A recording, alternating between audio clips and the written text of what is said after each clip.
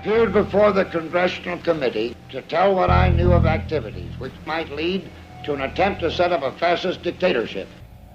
The potential for the disastrous rise of misplaced power exists and will persist. The very word secrecy is repugnant in a free and open society. And we are, as a people, inherently and historically opposed to secret societies, to secret oaths, and to secret proceedings. President Bush signed a formal agreement that will end the United States as we know it. And he took the step without approval from either the U.S. Congress or the people of the United States. The secret organizations of the world power elite are no longer secret. It's known as the Bilderberg Group. Could their objective be world domination? I'm Jim Tucker. I've chased Bilderberg for 30 years. I'll never give up the chase. Bilderberg plan for the whole world is nothing less than world government. I'm not comfortable with that at all. Who elected these guys to run the planet? They are the elitists. They feel they should run the world for their own selfish interests. Now we can see a new world coming into view. A world in which there is the very real prospect of a new world order. Bilderberg is making great progress toward a world government, and only an educated, informed public can stop them in their tracks. David Rockefeller admits in his own memoirs that he wants to destroy the United States. Right. He's a traitor! It's good to be back at the Council on Foreign Relations. As Pete mentioned, I've been a member for a long time and was actually a director for some period of time. I never mentioned that when I was campaigning for re-election back home in Wyoming. Let us never tolerate outrageous conspiracy theories.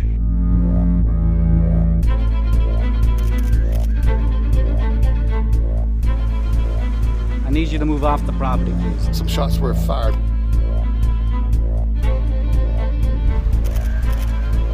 There's Bilderbergers right there.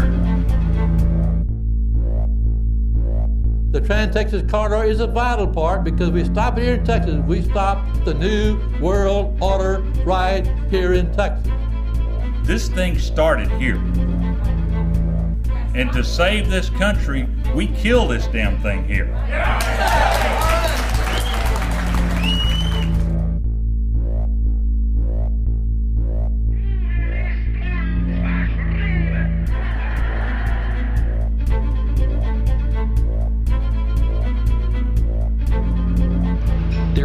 A chance for the President of the United States to carry out a phrase his father used, and that is a New World Order. Your New World Order will fall. Humanity will defeat you. The answer to 1984 is 1776.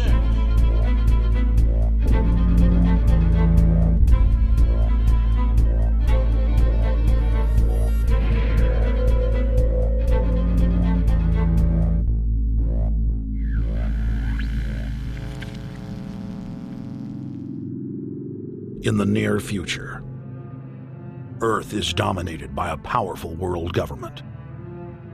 Once free nations are slaves to the will of a tiny elite. The dawn of a new dark age is upon mankind. Countries are a thing of the past. Every form of independence is under attack, with the family and even the individual itself nearing extinction. Close to 80% of the Earth's population has been eliminated. The remnants of a once free humanity are forced to live within highly controlled, compact, prison-like cities. Travel is highly restricted. Superhighways connect the megacities and keep the population from entering into unauthorized zones. No human activity is private. AI supercomputers chronicle and categorize every action. A prison planet dominated by a ruthless gang of control freaks whose power can never be challenged. This is the vision of the global elite, their goal. A program of total dehumanization where the science of tyranny is law. A worldwide control grid designed to ensure the overlord's monopoly of power forever. Our species will be condemned to this nightmare future unless the masses are awakened to the New World Order master plan and mobilized to defeat it. Erected by a secretive group, the Georgia Guidestones are a testament to the elite's plan for a world religion, global laws, with a global court and army to enforce it. And set in stone, it is written that the population never rise above 500 million.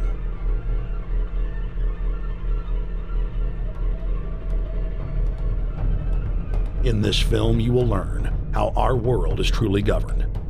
You will see how highly secretive roundtable groups interlock to form a global intelligence network.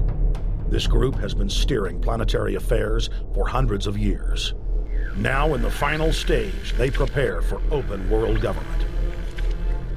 A goal tyrants throughout history have lusted after. Dr. Michael Kaufman is a published ecologist specializing in ecosystem research, forest ecology, and ecosystem classification. Dr. Kaufman played a key role in blocking the ratification of the Convention on Biological Diversity in the U.S. Senate.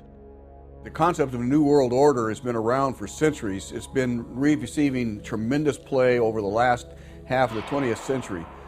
George Bush, the first senior president, George Bush, used it a lot in his speeches and really implies that he really wants to see a order in which we have a universal or a global type of governance in which every human being on planet Earth is ultimately responsible to policies that are being formulated at the international level. It is a big idea, a new world order.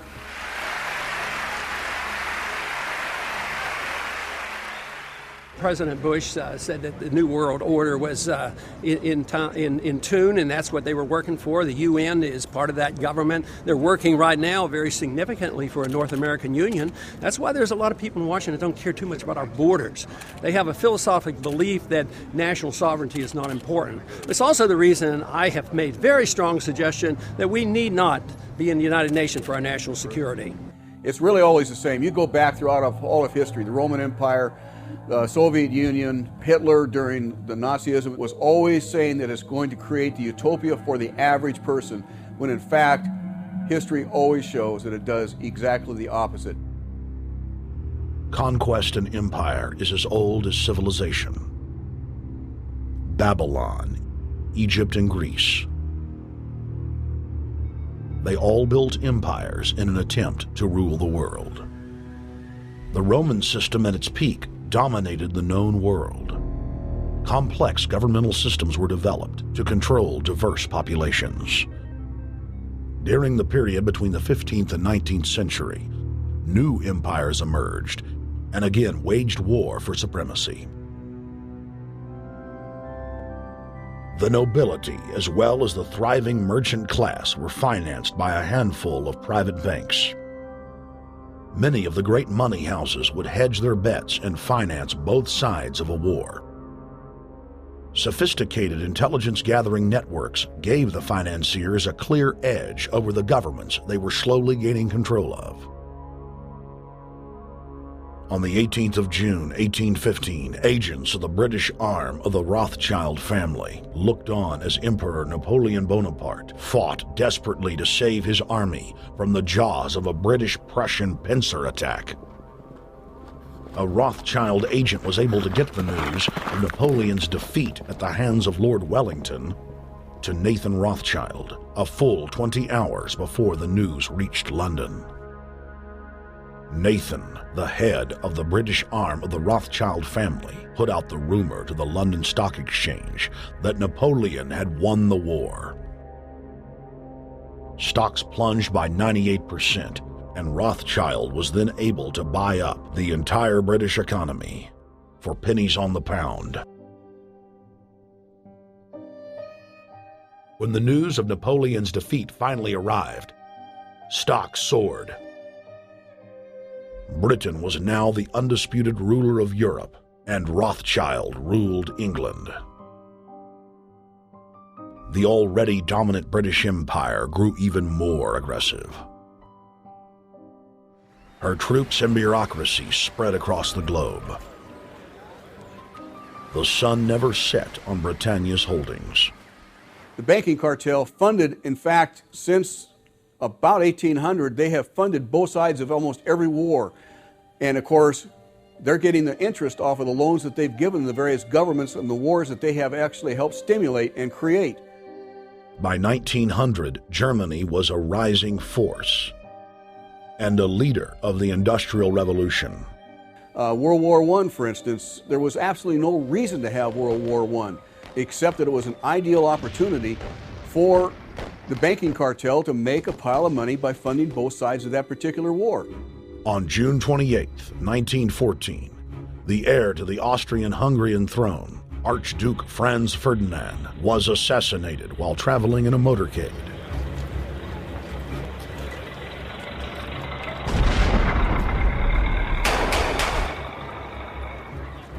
The Black Hand, a Serbian secret society with connections to French and British intelligence, took credit.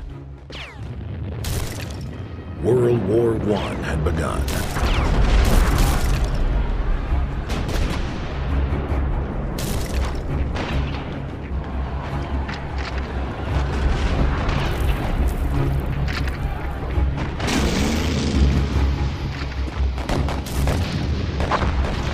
Armaments companies financed by Rothschild-controlled banks in Germany, France, England, and Austria bankrolled all the factions.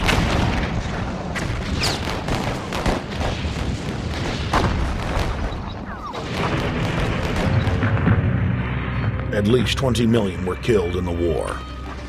It was a conflict so terrible the people vowed to never fight again. They dubbed it the war to end all wars.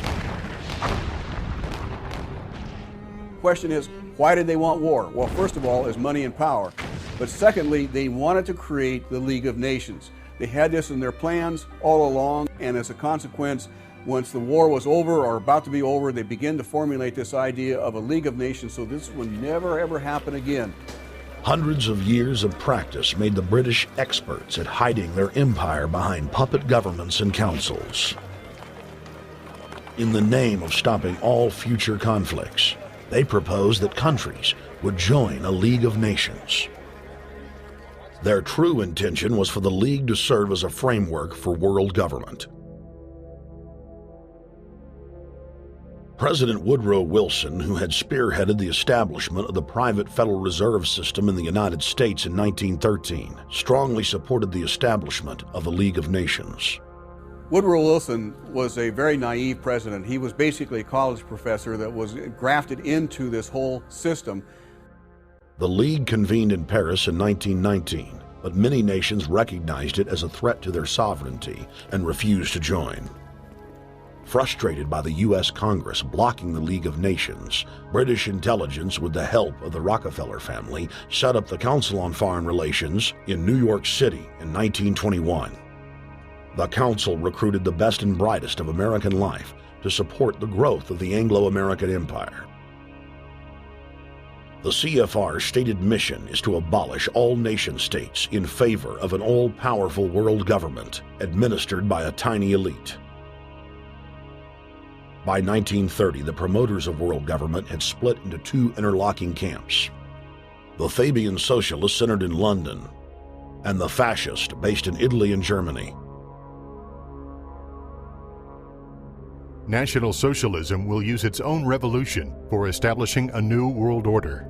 Adolf Hitler. Supporters of the fascists in the United States and England believed that the military should be used to quickly transform the world into a new world order, while the more sophisticated practitioners of globalism stated that incrementalism was the sure path to world domination.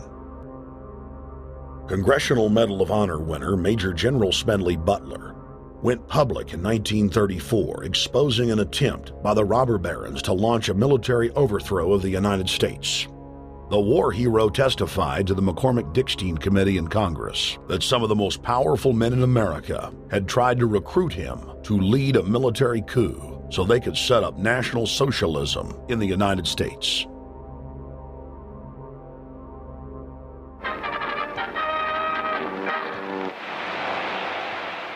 I appeared before the Congressional Committee the highest representation of the American people under subpoena to tell what I knew of activities which I believe might lead to an attempt to set up a fascist dictatorship.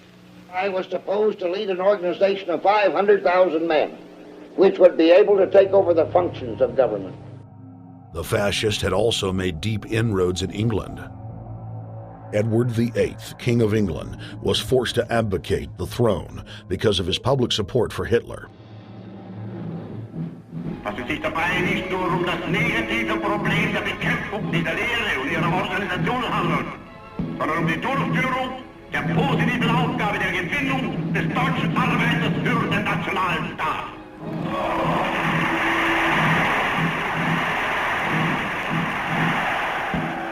Though the German-led fascist camp was strong, the Fabian Socialist Bloc was able to maintain control of the U.S., Russia, and England.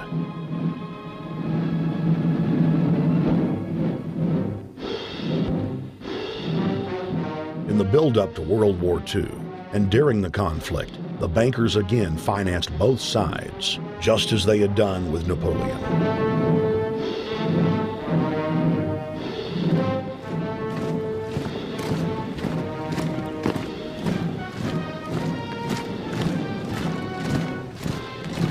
With the rise and fall of the Third Reich, Europe lay in ruins.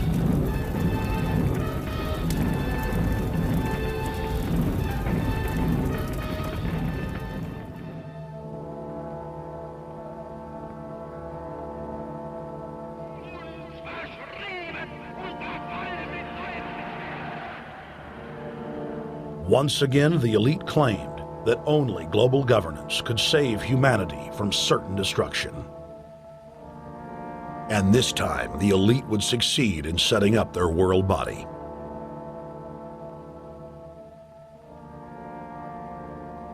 In April of 1945, at the Presidio Naval Base in San Francisco, the United Nations was founded by the victors of World War II. The United Nations complex was then built in New York City on land donated by John D. Rockefeller.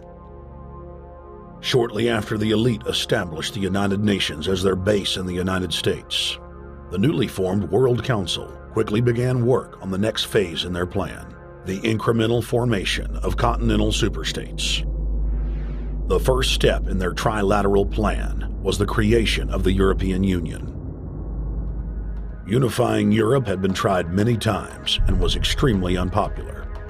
Where Napoleon and Hitler had failed to accomplish their goals using force, the globalists would succeed using stealth. The British spearheaded the formation of the Council of Europe on May 5, 1949. The Treaty of London claimed to only establish trade ties between European nations, like NAFTA or GATT in North America. Its true intention was the formation of a European superstate.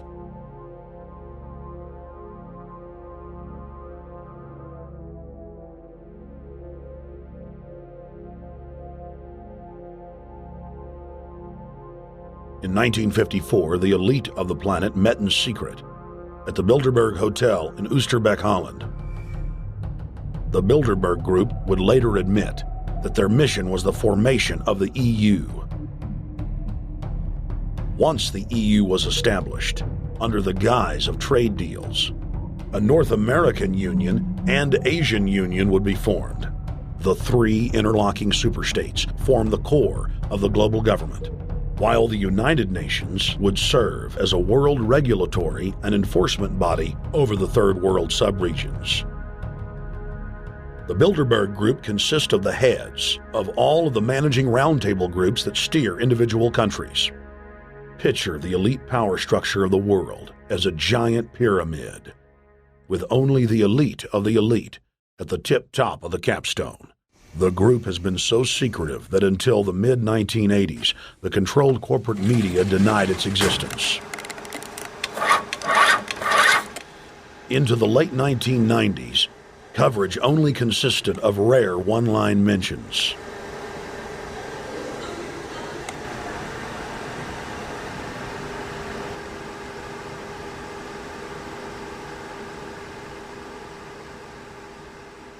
With the rise of the alternative media, their stranglehold on information has begun to slip. On the outskirts of the national capital today, black limousines with darkened windows converged on a hotel where private security guards imposed ironclad control. The limos carried royalty, political power brokers, and industrial titans to a secret meeting that will last all weekend. It's known as the Bilderberg Group. Could their objective be world domination? Every 4 years, Bilderberg meets in North America, and in June of 2006, we decided to travel to Ottawa, the capital of Canada. The site of Bilderberg.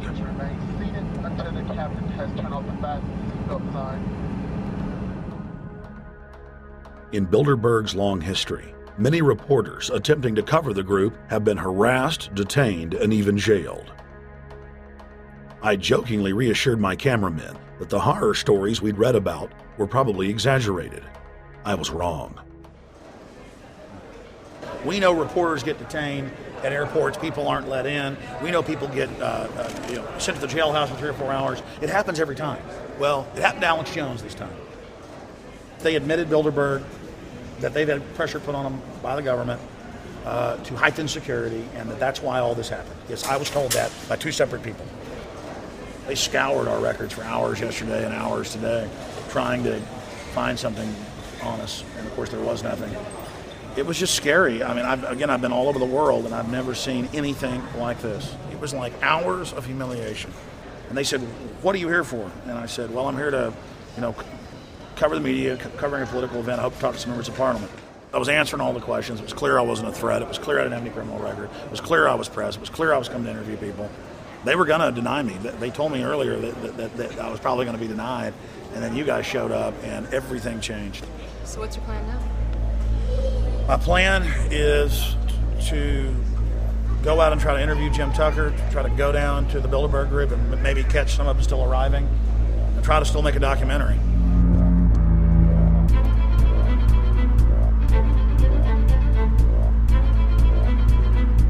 So instead of being here at 8 a.m. in the morning when the Bilderberg Group attendees, the 100 elite of the planet, start showing up, we're going to be getting here about 3:30 or so, and we'll see if we can catch any of the elites coming in.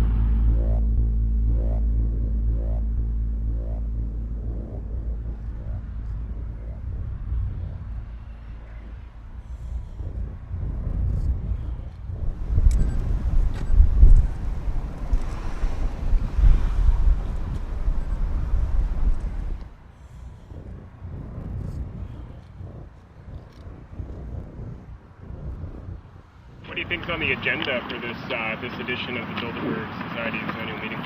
They're debating the attack on Iran. They're talking about how to take out Hugo Chavez. They're talking about how to get their American Union in that destroys Canadian, U.S., and Mexican sovereignty. So we're talking about the death of Canada is what's happening in there right now. The death of your sovereignty is happening in there right now. CNN has even reported that these individuals have put out the policy reports through the Council on Foreign Relations that writes their scholarly white papers to end the United States, to end Canada, and to end Mexico. About 10 have come in. They've been coming in slowly in typically big black cars with what appears to be bulletproof glass, and we've got a few pictures of some of the people. We're being kept well back from the building by an awful lot of security people, but there'll be more security as this thing develops. Again, just a reminder to stay off the property, okay? I am. This is the line. We checked with the city. Thank you. How you doing? Yeah. Okay. That's the ex-president of Ireland? Maybe? Okay, Danny will know. I came here from upstate New York. I booked a room way in advance. When I checked in at 10 o'clock at night, they told me I had to be out at 8:30 in the morning. And so, of course, I complied to what they wanted. I wasn't happy about it because I had been tired. I drove quite a long way. Then I went down to have something to eat, and I just saw a bunch of security here, and I was wondering what was going on, and I asked questions. And they said they were having a wedding or they were having some sort of reception. So I decided to ask a couple more questions because I thought it was kind of weird. And then I saw them from my hotel window. They were in the back with flashlights looking at the trees, looking up through the trees, and they were also in front of the hotel combing. It looked like combing the hotel. So I kind of was wondering what was going on, and I left. I got up this morning. I checked out, and then the fellow that I spoke with, the last fellow I spoke with, said, well, you'll know all about it in the newspaper. Well, I didn't have to wait because there was a group of people out here telling me everything that was going on. They're not fooling anybody any longer when you've got this many cops, you know, and detaining Alex Jones at the border.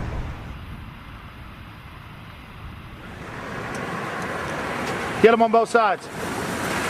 Yeah, you crook. Yeah, you're gonna go to jail like Ken Lay. Oh yeah, there's one right there. Hi. Hey, we're not your property. We're not your slaves. We're gonna defeat the New World Order. The New World Order is gonna be defeated. You realize that? I'm glad you do. Always does throughout history.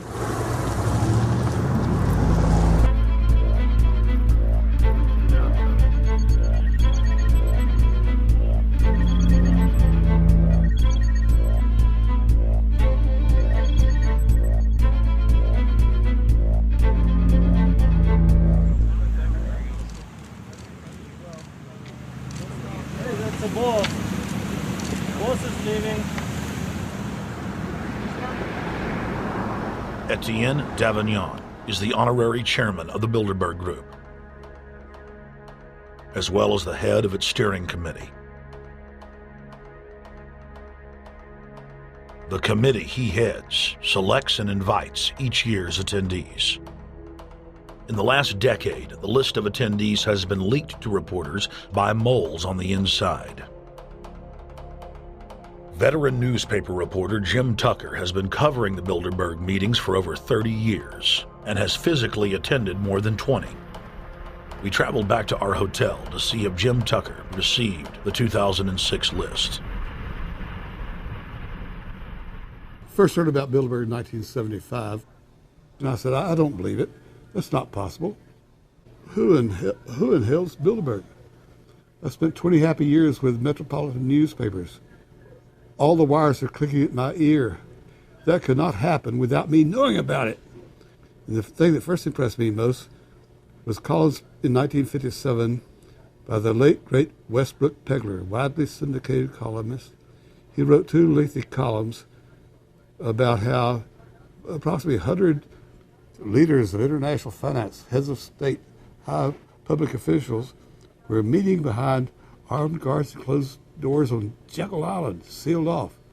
What are these powerful internationalists doing? And why is it so secret? Why do they have armed guards outside? Why is it sealed off? The newspapers totally ignore it.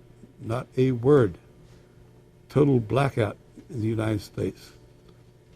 Since then, I've never stopped pursuing Bilderberg or the whole international gangster organization led by Rockefellers and Rothschilds as they manipulate the world for their own selfish interest.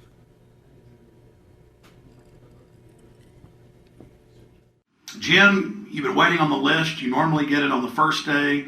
You haven't gotten it. We're told it might come in today. How important is that list? It's absolutely essential, although identifying people outside, as we always do, is important too, to find out who is not on their own list. In recent years, someone from Europe has sent a machine copy with a letterhead and so forth without identifying himself. So far, I haven't heard from him.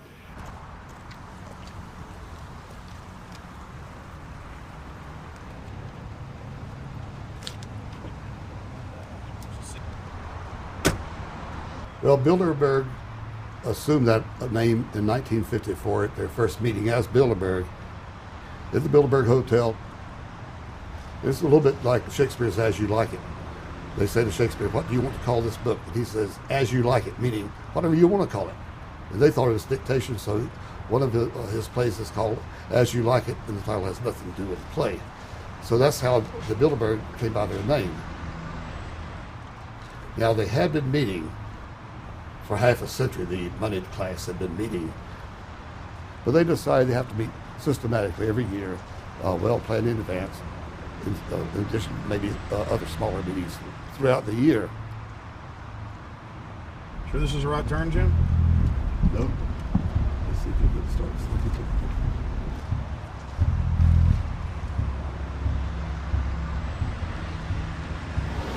This is the global government. They are setting the world agenda.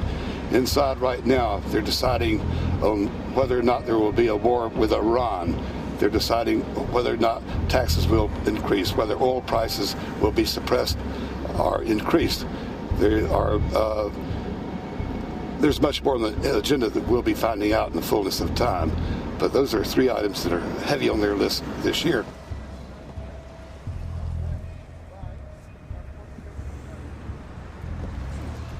This is Jim Tucker, ladies and gentlemen. Yes. 27 years covering these crooks. Mr. Tucker, pleasure to meet you. The media said he was crazy, it didn't exist. Now we forced him. 120 of the world's most powerful men, heads of state from Europe, high officials of the United States government, Treasury, White House, state, defense. They're setting the world agenda now. The reason they want secrecy is because they're doing evil. Evil is done under the cover of darkness. Good works are done in the sunshine.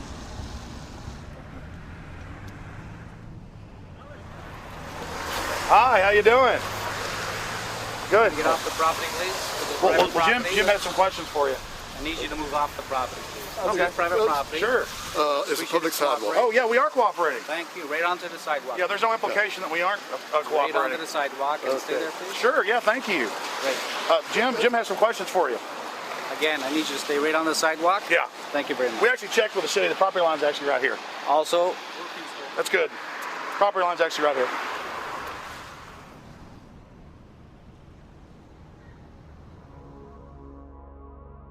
We are on the verge of a global transformation. All we need is the right major crisis, and the nations will accept the New World Order. David Rockefeller.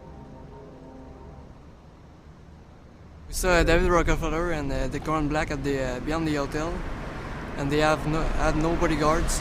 One of my friends shouted, "Hey, Rockefeller!" and he turned back and he was afraid. My name's Rene. I'm from Manitoba. Drove about 26 hours to get here, just to show that I'm against the Bilderbergers, just to fight for my freedoms, fight for my rights, make sure that my children can grow up in a free country. My name is Daniel Estrelin, and I've been doing this for the last 15 years. I'm from Canada. I'm very proud of my country because, as you can see, there are a lot of people covering the Bilderberg conference. Last year, it took me 14 and a half hours to get to Munich.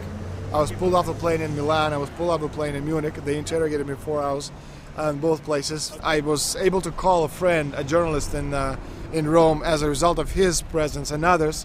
Calling the Foreign Ministry Department in Italy, they backed off and they let me go. They basically told me that they'll keeping an eye on me 24 hours of the day.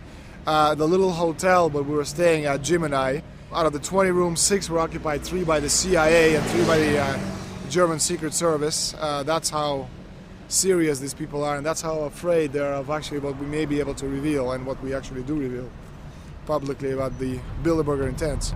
Daniel Estrelin has covered the Bilderberg meetings in Europe and North America for more than 15 years. His book, Club Bilderberg, has been translated into more than 20 languages and is a global bestseller. Estrelin has photographed many past Bilderberg meetings. Rockefeller frontman Henry Kissinger is always a key participant.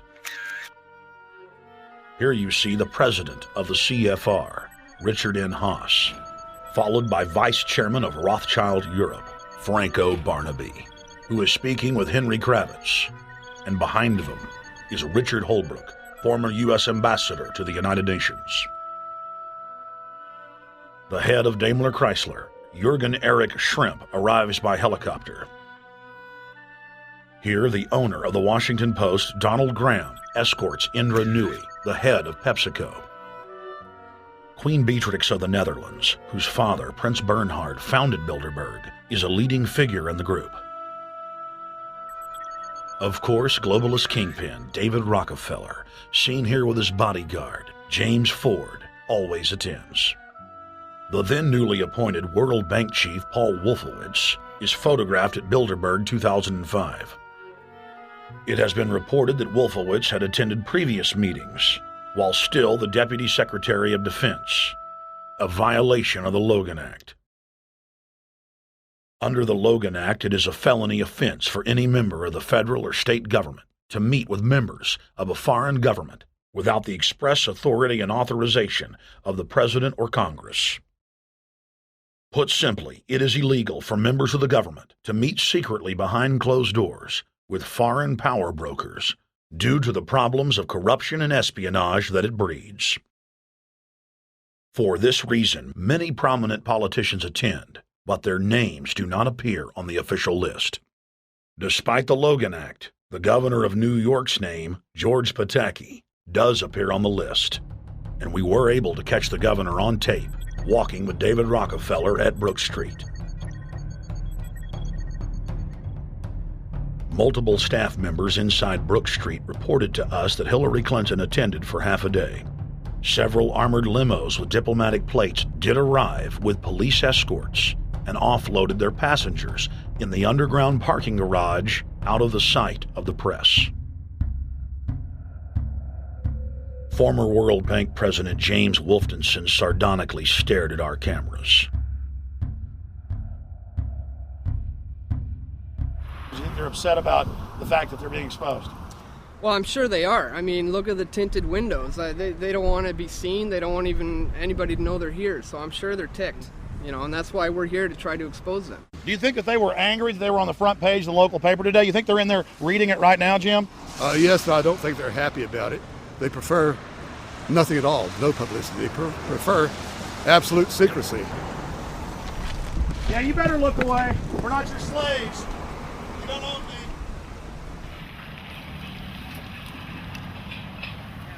Did you get a list of the attendees and everything? Or not? No, I've asked for one under a slight variation of my name, and I don't know if I'll get it or not. Also, it could happen today. For the last 3 years, I get back to the hotel. And there's a copy there waiting for you. Well, somebody who does not identify himself. I mean, I'm not just not revealing the source. I don't know the source myself. But a fact, because they want the Bilderberg letterhead on it, and makes a nice memento. Perfect. Alex. Yeah. That's Chalabi, eh? You think Chalabi? No, I don't think. I know. It looked like Chalabi, and it was a fat guy. Yeah. That was Ahmed Chalabi? Yeah. Oh my God, then they're really going to attack Iran.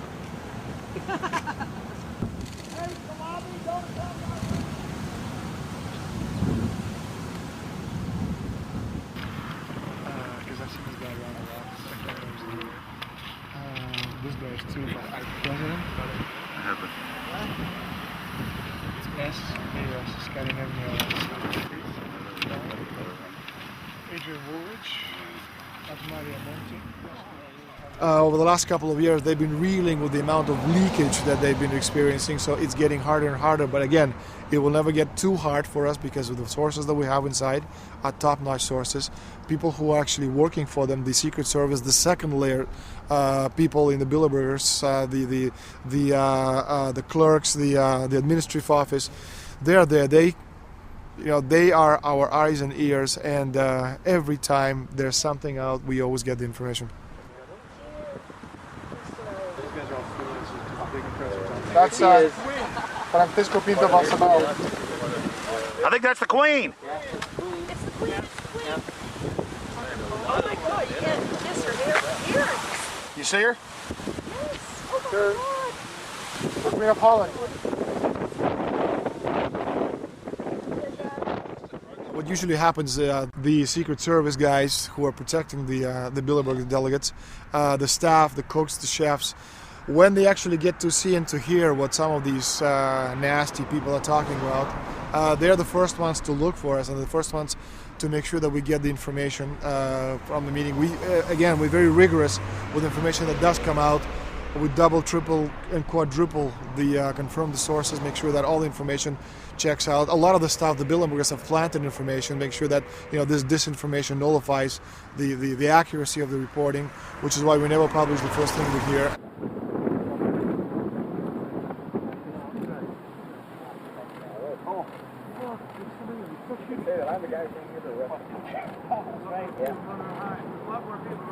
That looks like Rockefeller. The decisions that these people take, again, they're not only decisions affect business community, they affect politics, business, environment, across the entire spectrum. And these decisions are made and taken by a very elite group of people behind closed doors this year at the Brook Street Hotel.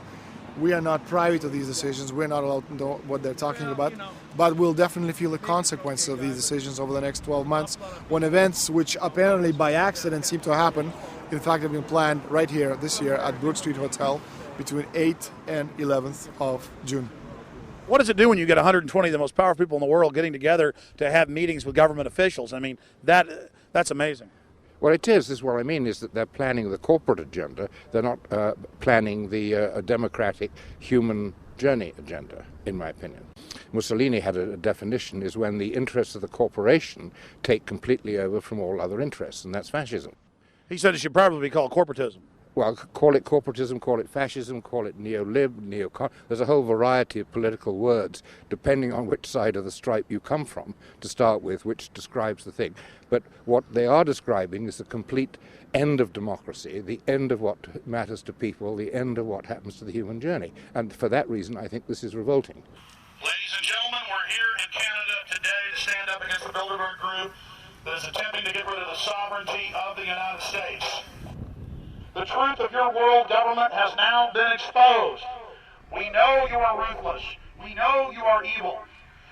To David Rockefeller, to the Rothschild representatives here, to the Queen of the Netherlands, to all of you, we tell you, you are not our queens. You are not our kings. You are not our gods. We do not belong to you. We are not your slaves. We stand as free humans, have stood since the beginning of time against the strong men, against the thugs, against the bullies. We will defeat your world government. We will defeat world taxation. We will defeat your control grid. God is on our side. I stand before the creator of the universe, and I ask the creator of the universe, as our founding fathers did in 1776, to lead, guide, and direct us, and to give us the power and the foresight and the understanding and the will to stand against your entire agenda, including your final plan of world population reduction of 80% that Henry Kissinger penned in 1973. Why do you put mercury in the vaccines, sodium fluoride in the water? Why? Why do you put cancer viruses in the vaccines? Why have you used depleted uranium now in 4 separate nations? You're arrogant.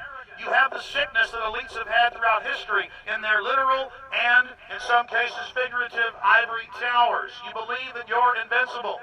You will and you are failing now. Your New World Order will fall. Humanity will defeat you. The answer to 1984 is 1776.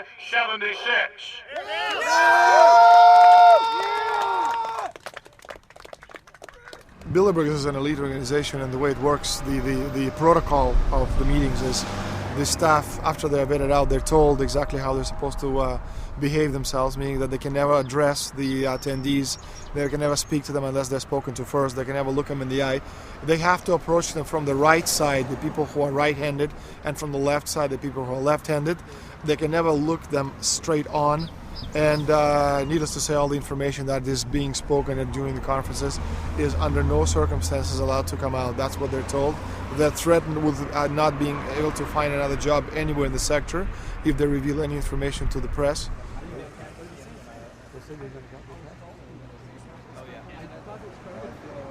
Richard Holbrooke? Ambassador Richard Holbrooke thought the peasantry wouldn't recognize him if he took a stroll off the grounds of Brook Street.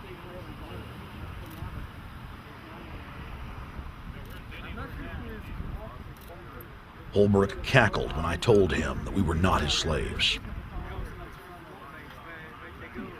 Holbrooke, we're not your slaves, Holbrooke. We're not your slaves.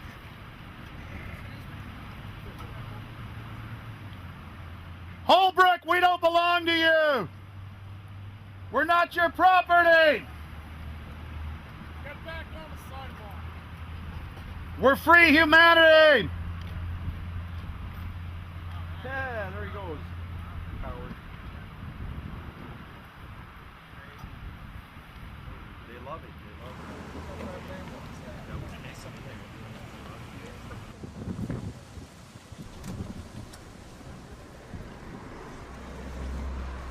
Okay, we're going to be going around the back here, guys. Hey guys, how you doing?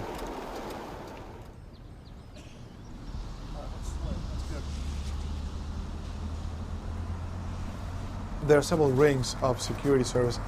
The American delegation at every Bilderberg meeting is usually protected by the CIA and a special division of the US Army. The British delegation is protected by the MI6.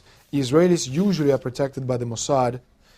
The Ottawa police, in this case, working for the security, they have very little, actually they don't have any information at all on what the meeting is about. They didn't know who the Bilderbergs are. Then there is an elite private firm protecting the perimeter, doing all the dirty work, such as shooing off the photographers and bothering the protesters. But, you know, that's like piddly stuff. All the heavy stuff is done by the security service, such as the CIA, MI6.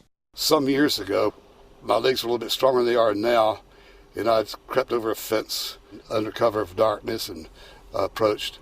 The cops started yelling and pointing at me, so I ran with speed I didn't know I still had, and some shots were fired, but they were far above my head. I mean, they were intimidating, but they were not really trying to kill me. Not when sharpshooters are fired far above, 20 feet above your head. Bilderberg was founded by David Rockefeller and the Rothschilds of Britain and Europe. They're still the main powers. Baron Evelyn D. Rothschild, a male, attended for many years. Rothschild is still represented. You'll see them on the list of participants. Somebody representing the Rothschild group. They are the main powers behind Bilderberg. The Dutch Royal Shell is part of the Queen's fortune. Of course, the Rockefellers have always had heavy oil interests. That was the original source of their old money from the old man. Jim just got the official Bilderberg letterhead list from his mole inside the Bilderberg group. Let's go look at it. Wall Street Journal.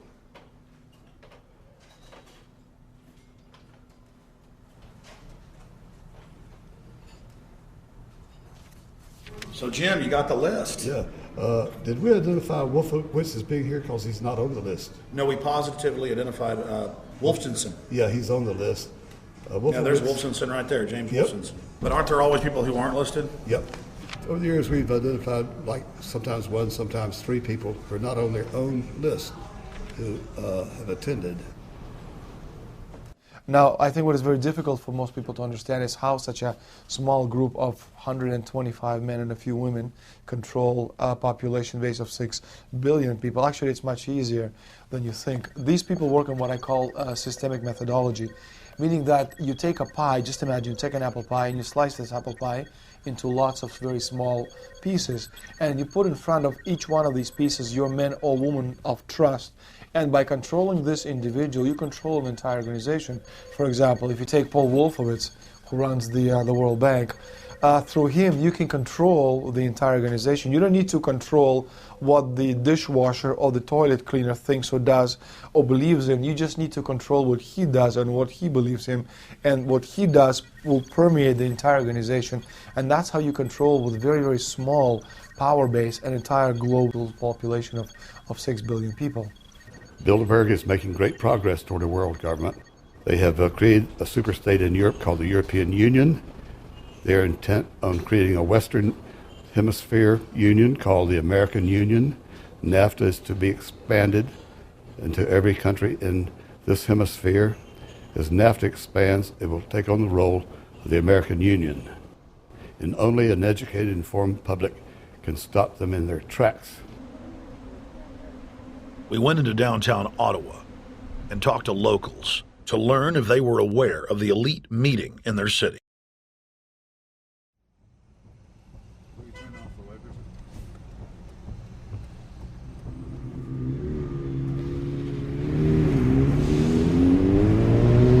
Hey guys, attention just for a second. I just need to tell you that a group just met here in Canada and they're trying to get rid of your sovereignty, merging you with the U.S. and Mexico. See, it's not funny, I'm serious. And your news isn't going to tell you about this. This is deadly serious, so I'm just letting you know and I'm telling you about it. As they say, they are the guys that run the world. They make the decisions for we, and we just carry it out. Sir, did you hear about the Bilderberg Group meeting here in town, the 120 most elite people in the world? No. Hey, did you know that the elite's meeting here in town right now? Have you heard about it? 120 crime bosses? None of you have heard of it? None of you guys have heard of the Bilderberg Group? They're meeting right now. In the city, around 10% of the people were aware of the New World Order agenda. When we traveled to Parliament, close to half of the people we randomly spoke to were informed.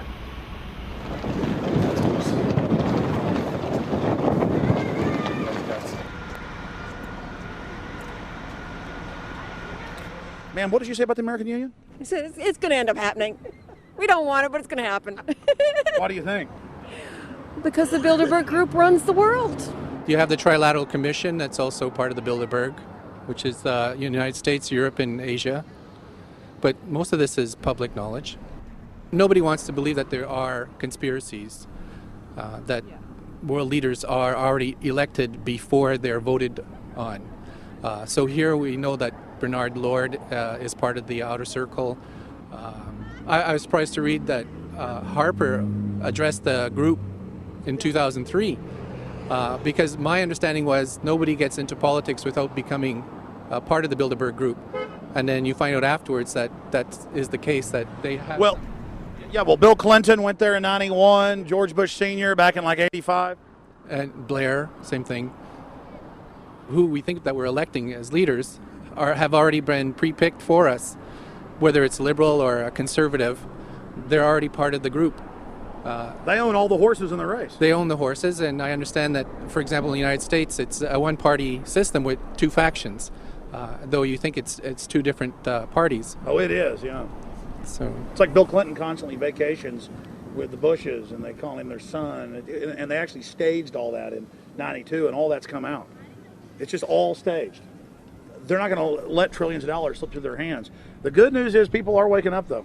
When you read human history, when you study it, all you see is elites trying to dominate, subterfuge, Machiavellian backstabbing, and somehow in the last 50 years they convinced Westerners that the government's fine, can do no wrong, trust them. How did this happen?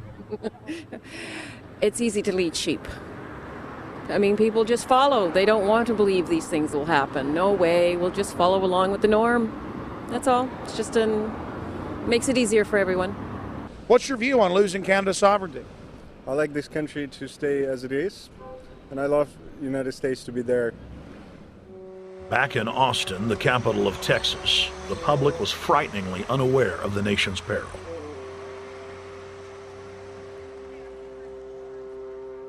Have you heard about the North American Union? Not really, no. I don't watch TV. No, I haven't. Interesting. I was not aware of that. I don't know exactly what you mean, so... I don't think there's going to be a merger of the three nations. No, I have not. No.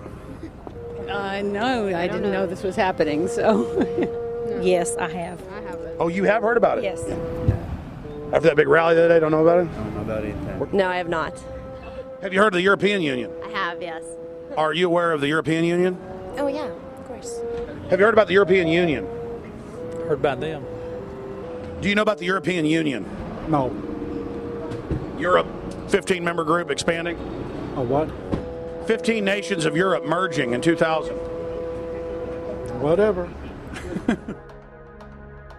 For over 50 years, the Bilderberg Group constructed the European Union by stealth under the guise of trade deals. Now the elite are using the same secretive program to complete the North American Union. But this time, superstate integration is on the extreme fast track. International agreements like NAFTA, GATT, and APEC were just stepping stones in the formation of the NAU. The North American Union was officially born at Baylor University in Waco, Texas, on March 23, 2005. The leaders of the United States, Mexico, and Canada told the press that they were only meeting to discuss trade. It soon leaked that a secret meeting had been held during the Security and Prosperity Trilateral Summit. The three governments had refused to release the secret agreement to the people. In September of 2006, their treasonous operation was blown wide open. From September 12th to September 14th, in Banff, Canada, hundreds of elected and appointed government leaders from Canada, Mexico, and the United States met in secret. On the last day of the conference, someone inside the secret North American Union Forum leaked the agenda. The front pages of newspapers across Canada carried the story. The Judicial Watch Foundation submitted Freedom of Information Act requests to obtain the full agenda and minutes of the secret assembly. Many federal agencies refused, citing national security.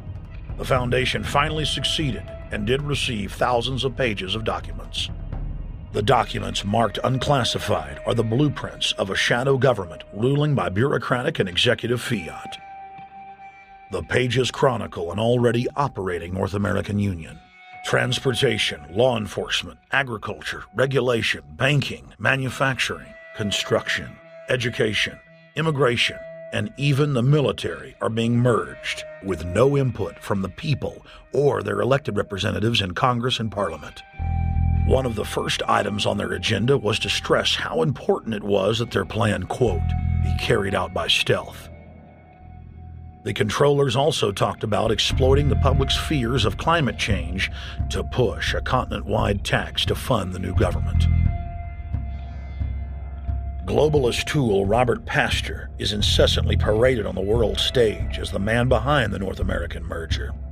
When he testified before Congress, he pushed the idea of a continental security perimeter that erases national boundaries and merges the security apparatus. The best way to secure the United States today is not at our two borders with Mexico and Canada, but at the borders of North America as a whole. In fact, the North American Command, based in Colorado Springs, Colorado, was clearly running the meeting in Canada. For the past decade, the Pentagon has been training with Mexican and Canadian forces and has openly discussed using them inside the United States for disasters and to quell domestic unrest. There are already over 100,000 non-U.S. citizens serving in the U.S. Armed Forces. The Pentagon is now expanding its recruiting centers in Mexico, the Philippines, and Eastern Europe.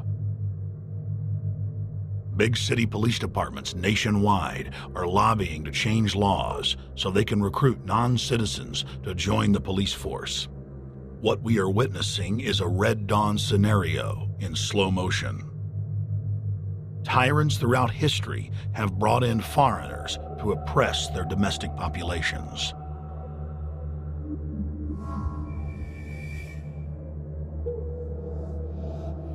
When their coup by stealth was exposed, the three governments went into damage control mode.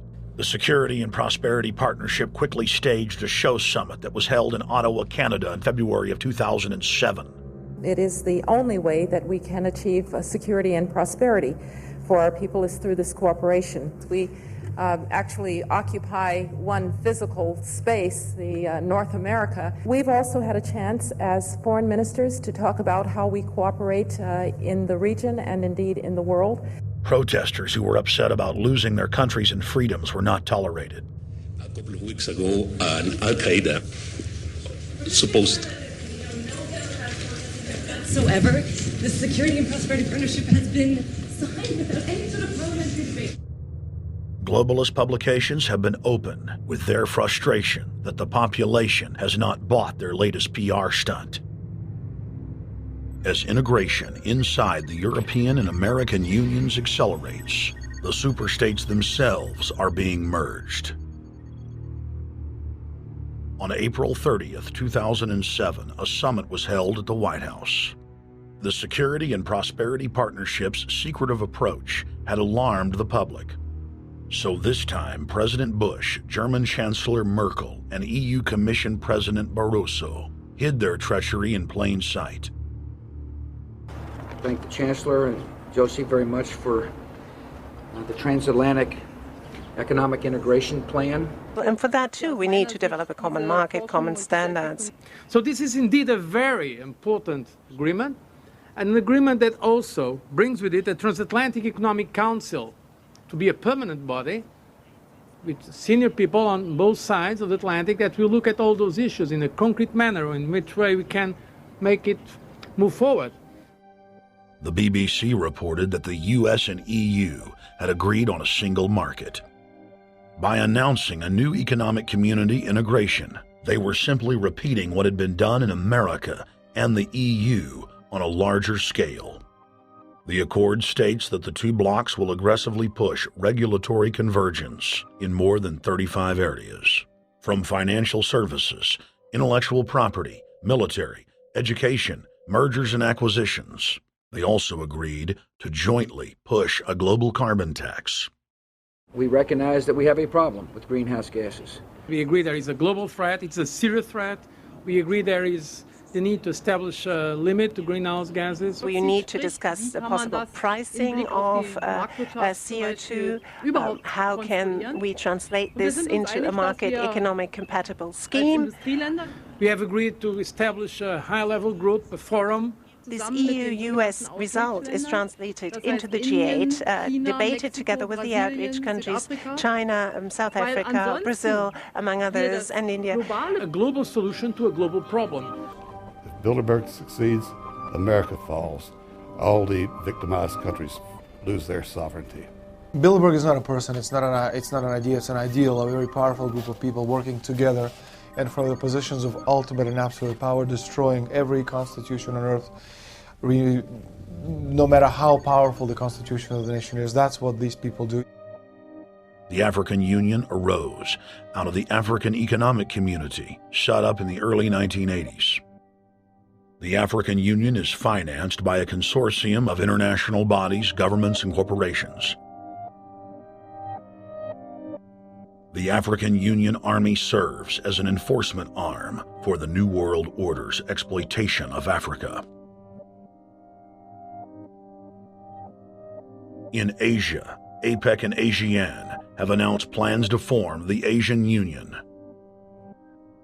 consisting of Asian and Pacific nations, having more than 3 billion people within its borders. APEC will become the Asian Pacific Union, and the world is to be divided into 3 great regions for the administrative convenience of the world government in which the UN is to evolve. As the unions form individually, they are simultaneously merged to form the first planetary government. They're trying to destroy every nation on earth which is trying to promote progress, because these people basically they are landowners. They don't need progress because they control the land. If you take the most powerful man in London, the people who belong to the Council and the Committee of 300, who belong to the Bilderbergers, the British royalty, the Guelphs, the black nobility of Venice and Genoa, these people they're landowners. The New World Order is the Old World Order. I mean, it's just the names have changed, the appearances have changed, but the concept hasn't changed. The idea is still to bring the men back, kicking and screaming back to the Middle Ages, post-industrial age world order. One of the things that is very shocking to most Americans is the fact that the United Nations Global Biodiversity Assessment, which came out in 1995, clearly shows that in order to protect planet Earth, we have to go back to a feudal system. They actually said that in the document. To craft a modern feudal society, the globalists are implementing a standardized North American Union ID card to track, trace, and control their serfs as they travel throughout the 3 regions of the NAU. Building on the massive displacement of humanity caused by globalization, the New World Order is rapidly constructing the physical infrastructure of the North American Union, the NAFTA Superhighway Control Grid. I'm Arthur Peterson, Colonel retired in the Army. I see things today that are happening that would make my friend who died in World War II turned over in their grave. To think that people would even consider confiscating land of farmers and ranchers and taking their homes away from them to turn it over to a foreign company in Spain, which was controlled by Don Carlos, I understand, a notorious socialist, and they get the tolls on Texas land for 50 years. The proposed Trans-Texas corridor would be a patchwork of superhighways and railroads stretching 4,000 miles from the border of Mexico, cutting through Texas to Oklahoma. A lease has been signed that would make Texas Highway 121 a toll road. A private Spanish company won the bid to build and collect the tolls for the next 50 years. These deals with private companies are being negotiated largely in secret, and many state lawmakers are worried taxpayers are being sold down the road. Critics say it's a threat to our national security. It's part of a plan for a North American integration being carried out by government and corporate elites without congressional or voter approval.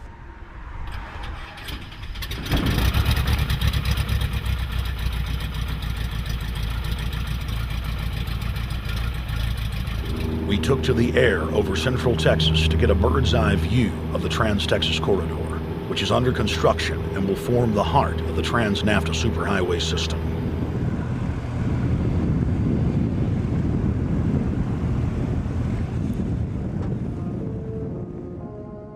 History repeats itself.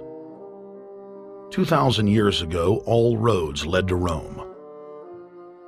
Rome constructed and maintained more than 10,000 miles of roads throughout its empire. The roads were used to project Roman military power, to control commerce, and to bind the nations and peoples they ruled. Rome also demanded tribute. Roman subjects from Albion to Judea were forced to pay a tax to use the roads. The Romans would then use the tax to dominate their subjects. Today's superhighways are a powerful tool in the globalist arsenal. They are instrumental in tearing down national borders and merging nation-states into larger confederations. Foreign governments and corporations are predatorily seizing infrastructure across North America, but nowhere has their attack been greater than in Texas. Texas is the front line. Over 8,000 miles of existing roads and land are being handed over to government-backed foreign companies. Foreign companies buy the legislators, who then turn over complete control to the same foreigners who finance their campaigns. Government power is then illegally transferred to unelected quasi-governmental regional boards that circumvent local governments and the will of the people. The next stage of this world government plan is to have a transportation control, and that is called the NAFTA superhighway, or in Texas called the Trans-Texas Corridor. It confiscates 584,000 acres of land to be transferred into control of a Spanish company which will collect tolls in Texas for the next 50 years, and there's no limit in the amount of tolls that can be collected. More than 80 federal and state highways have been designated as international arteries. The I-35 NAFTA corridor starts deep inside Mexico and travels through the middle of the United States and ends in central Canada. Container ships from Asia dump their cargo on the Pacific side of Mexico. It then travels duty-free by rail to the new Kansas City inland port, now considered sovereign soil of Mexico, in the heart of the United States. Under international agreements, predominantly foreign companies are placing tolls on already existing paid-for roads. Federal, state, and corporate documents show that they will then use the revenue raised to build up the transportation infrastructure of Mexico, not the United States or Canada, so foreign-made products can pour in even faster from Mexico. Revenues raised will also be used to fund the fledgling North American Union and its growing bureaucracy. Bottom line, they're using our own money to enslave us. First of all, they're proposing a North American tribunal, which would be similar to what we have in Chapter 11 of the NAFTA agreement, which is trumped by international law. The U.S. Supreme Court and our Constitution could potentially be rendered invalid, and what we would have is new North American business law that would trump what we have here in the United States. What is also interesting to note that the NAFTA headquarters is in Mexico and controls the United States trade and rules against the United States Congress, and no one seems to challenge it. it's very probable and probably inevitable that our right to bear arms would be challenged in a North American court. So this is just an example of what's happening and what's being proposed. We want to keep our trial by jury system. We want to keep our right to keep and bear arms. We want a system where we have a Supreme Court and not have a tribunal that will be superior to the Supreme Court. In 2005, Cintra, a Spanish-owned company, signed a secret agreement with the Texas Department of Transportation to erect toll roads on existing roads and to toll new roads that were completely paid for by tax dollars. There are people, believe it or not, in Texas who don't know what the Trans-Texas Corridor is. TTC 69, which they'll have the environmental hearing starting this spring on, runs through my part of the state. And there are people over there who have no idea what's fixing to come in their backyard. TxDOT, an unelected state agency, claimed that the agreement with the foreign company was even secret from the Texas legislature. When the truth came out, newspapers across the state called for heads to roll politically. Cintra's response was to have its Australian subsidiary make its first U.S. newspaper buy. Every newspaper they bought was along branches of the Trans-Texas Corridor and had been critical of the toll road plan. The cost of 40 or 50 newspapers is nothing compared to the profits that'll be made. Just Phase 1 alone of the state toll road plan is estimated to raise more than $200 billion in just the first 15 years. And Texas is only a small part of the global panorama. A combine of transnational companies is aggressively consolidating public finance infrastructure worldwide, and the same interests are erecting a world government according to their rules.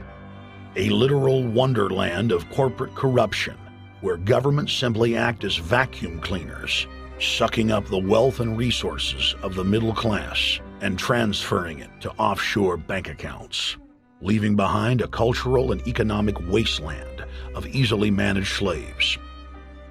The whole purpose about the North American Free Trade Agreement is not about trade, it's about control. Control of people. CAFTA is even worse. Control of people. It's not about trade, it's subsidized trade with taxpayers' funds. This thing started here. And to save this country, we kill this damn thing here. To stop it here in Texas, we stop the new world order right here in Texas. Polls consistently show that over 90% of the people are against the NAFTA highway systems and its toll roads. As the people learned of the threat, they got angry and took action. Our ranch is part of the original Spanish land grant, and I would love to not have to give it back to Spain.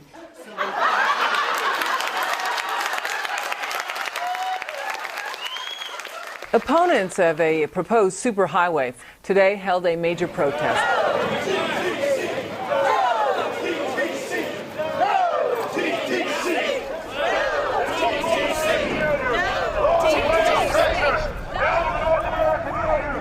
A majority of Texas counties have voted to resist the plan for a North American Union and have vowed to block the construction of its infrastructure. Heck, we already know in a law that was passed by a subservient United States Congress, where practically nobody in the entire Congress stood up and said no, they've already passed a law saying all their driver's licenses are going to be chipped. Well, I'm telling you right now, I'm not going to carry in a driver's license that's got a chip in it so Big Brother can watch everywhere I go and see everything I do. No, no, hell no. No, all of it. No, no. We, the people, own this plot of ground. We, the people, own those trees there. We, the people, own our beautiful Texas, and we are not going to let a bunch of crooks and robber barons take our beautiful Texas away from us. Hell no! Hell no! No, no, no!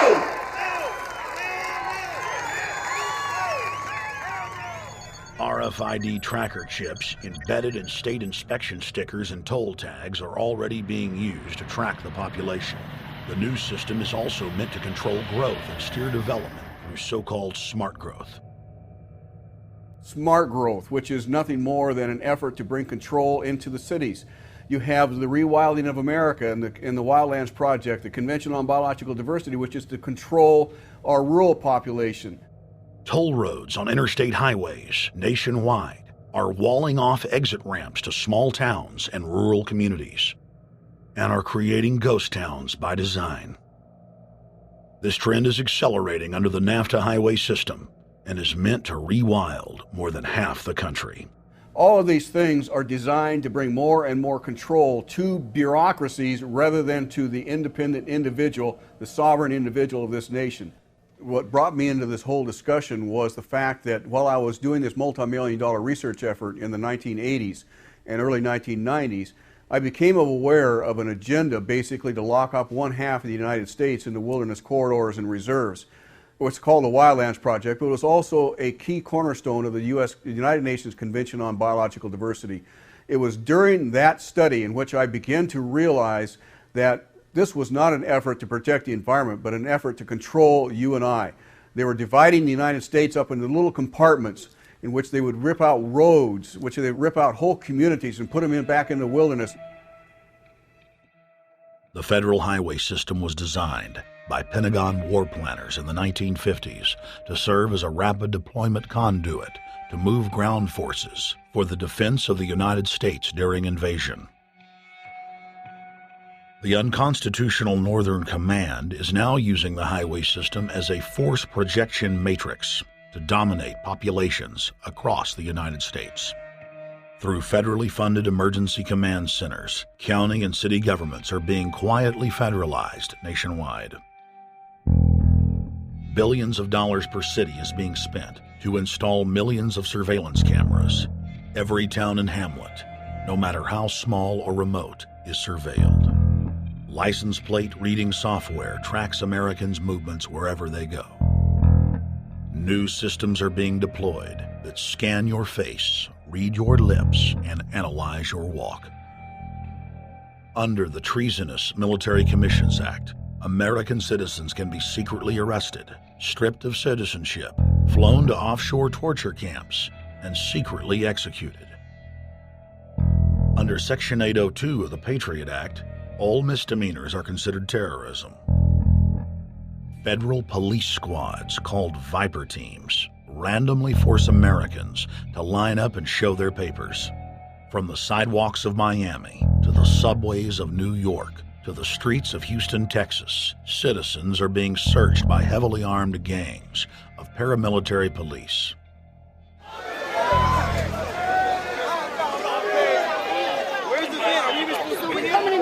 Come on, guys, come in. Yo, can you get that camera off of us, sir? Sir, can you get that camera? United States, First Amendment. All right, but you can get that camera. I'm saying get the camera out of my face. That's what I'm saying. You're on the streets of New York. So what does that mean? I'm saying get that camera out of my face. That's what I'm saying. It's a free country. Fuck wrong with It's a free country. Get this damn camera out of my face. Hey, this isn't Nazi Germany. There's no camera in your face. God. Hey, move to Russia, okay? Yo, Sarge. We can have cameras on the streets.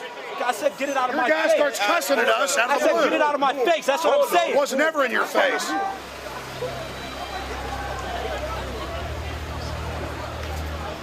Yo.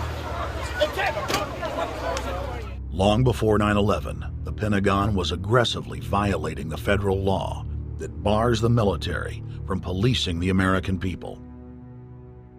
Coast to coast, for more than 2 decades, teams of troops would just appear out of nowhere and randomly stop cars and search pedestrians. The acclamation accelerated with regular Army searching bags at the Super Bowl and the Kentucky Derby, as well as other high-profile events.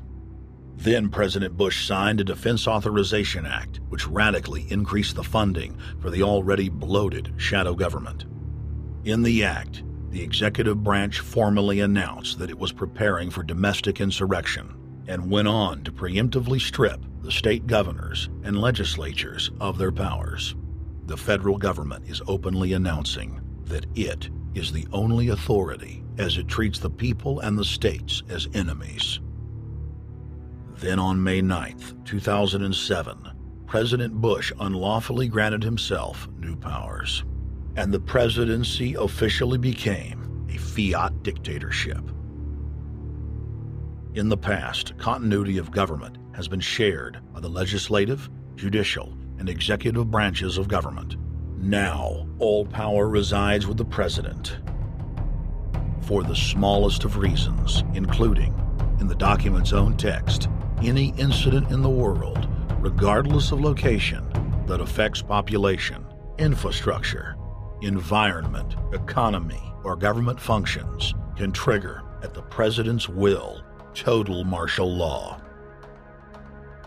It is important to add that the president is merely a puppet of the global crime syndicate and may not use the new powers, but simply pass them on for use by future puppet administrations.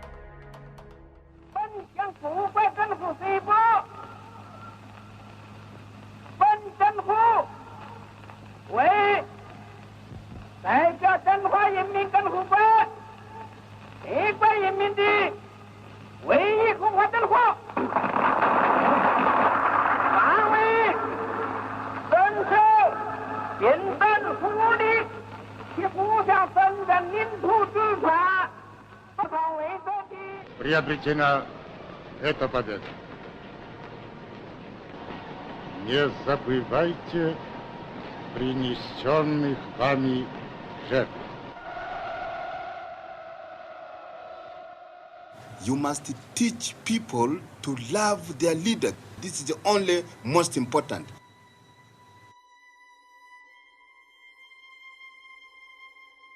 Why don't we learn from the mistakes of our ancestors? Why does humankind find itself bound in a cycle of bloodshed and enslavement? Predatory elites have always rationalized their oppression by claiming that they are superior and have the divine right to rule, when all they really are is a gaggle of ruthless psychopaths, parasitically feeding on the host population until their cancerous movement causes the collapse of the host. There have been thousands of tyrannical governments in history, and less than 10 that can truly be called free. In the 20th century alone, over 150 million people were murdered at the hands of the state. In Russia, the Red Terror consumed the lives of more than 60 million men, women, and children. Hitler's war killed 22 million. During Mao Zedong's reign alone, more than 60 million peasant farmers were killed. And the list goes on. 300,000 innocent civilians killed in Guatemala. More than 2 million souls brutally murdered by the government of Cambodia. 1,500,000 killed in Turkey. 300,000 in Uganda. 800,000 plus hacked to death with machetes in Rwanda. Sadly, there are too many examples of innocent families being exterminated by their governments on an industrial scale to name them all. It is a historical fact that the state is the #1 cause of unnatural death. If you take the 150 million people killed by power-mad government in the last century and divide it by 100,000, the number of souls lost would fill the biggest sports stadium, packed with 100,000 screaming fans, 1,500 times over. That's 1,500 sports stadiums, crammed with 100,000 people each, all exterminated. For those who think it can't happen here or won't happen to them, you have been warned. The carnage witnessed in the last 100 years was only the preparatory phase of the New World Order's master plan. 少有常识的人都会看出，如果我们的铁骑继续前进，这个螳臂挡车的歹徒难道能够阻挡得了吗？ Hitler and Stalin's crimes are now part of history. But the communist Chinese system of evil is not content with racking up the highest death toll in history. The mass murder and enslavement is still going on today and enjoys the full support and sanction of the New World Order. 摄像机拍下的这个画面，同西方某些国家的宣传恰恰相反，正好说明了我们的军队 Communist China serves as a globalist laboratory, a proving ground where 1.4 billion people live out their lives as guinea pigs who serve as test subjects for the formulation of the brave new world. U.S. and British forces worked closely with Mao Zedong during World War II, and at the end of the war, they secretly backed Mao in driving out Chiang Kai-shek and the Nationalists. The OSS, and then the CIA, believed that Mao would have a stabilizing effect. Bill Clinton's mentor and Georgetown University political science professor Carol Quigley explained in his book, Tragedy and Hope, how the Anglo-American Roundtable groups backed every brand of authoritarianism, from communism to fascism, to ensure that a centralized government dominates the population and the economy as planned. The elite are monopoly men. They seek to create monopolies and dominate populations through the barrel of a gun. In their writings, the leadership of the New World Order has continuously heaped praise on the corrupt Communist Chinese model.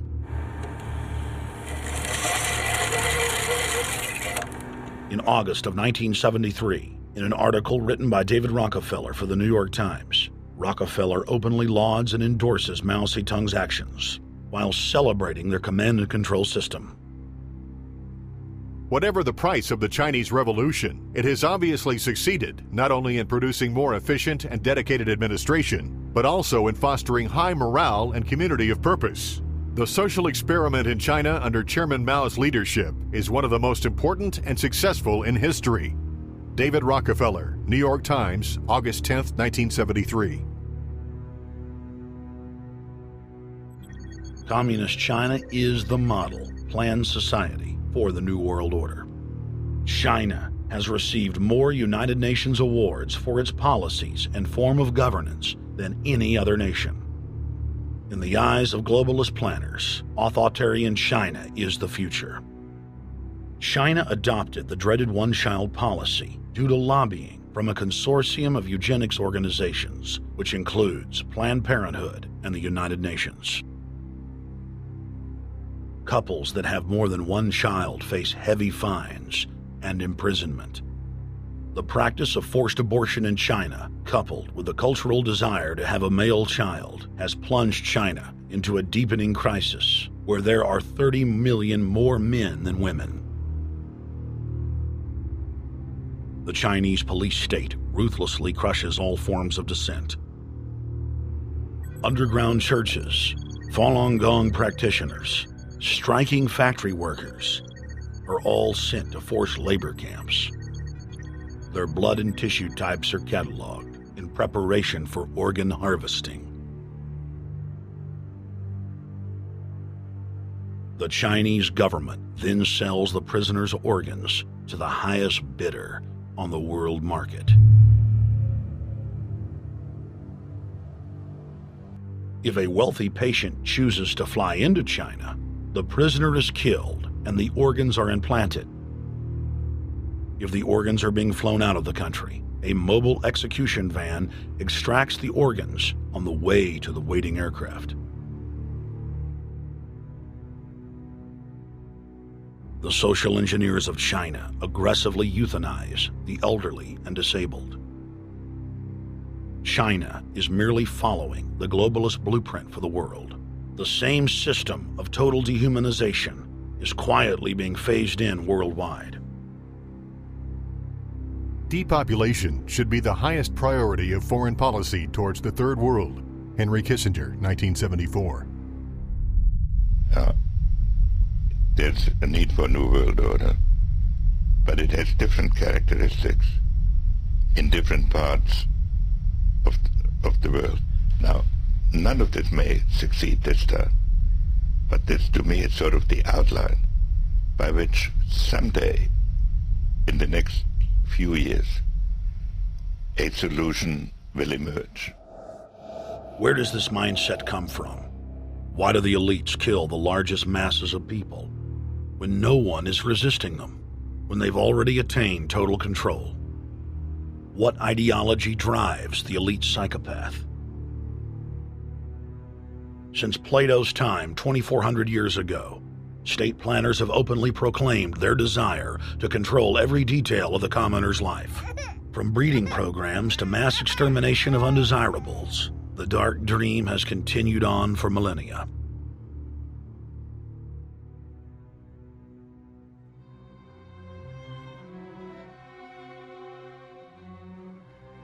The scientific rationale for tyranny has always been attractive to elites because it creates a convenient excuse for treating their fellow man as lower than animals. Robert Thomas Malthus, famous for saying that a mass food collapse would be helpful because it would wipe out the poor. His fictional scenario would later be called a Malthusian catastrophe. Malthus is important because his ideas led to the rise of a new scientific field that would dominate the course of human history for the next 200+ years. Charles Darwin, an admirer of the Malthusian catastrophe model, developed the theory of evolution, its chief tenet being the survival of the fittest. With the help of T.H. Huxley, known as Darwin's bulldog for his strong support of Darwin's theories were pushed into wide acceptance among key scientific circles throughout England and then the world. Darwin's cousin, Francis Galton, credited as the father of eugenics, saw an opportunity to advance mankind by taking the reins of Darwin's evolution theory and applied social principles to develop social Darwinism. The families Darwin, Galton, Huxley, and Wedgwood were so obsessed with their new social design theory that they pledged their families would only breed with each other. They falsely predicted that within only a few generations, they would produce supermen. The emerging pseudoscience was only codifying the practice of inbreeding, already popular within elites for millennia. The four families experiment was a disaster. Within only 2 generations of inbreeding, close to 90% of their offspring either died at birth or were seriously mentally or physically handicapped. The moneyed class of the planet, and particularly the royal families of the world, who were already obsessed with breeding and filled with a predatory disdain for the underclass, seized on the new science and began aggressively enforcing its aims worldwide.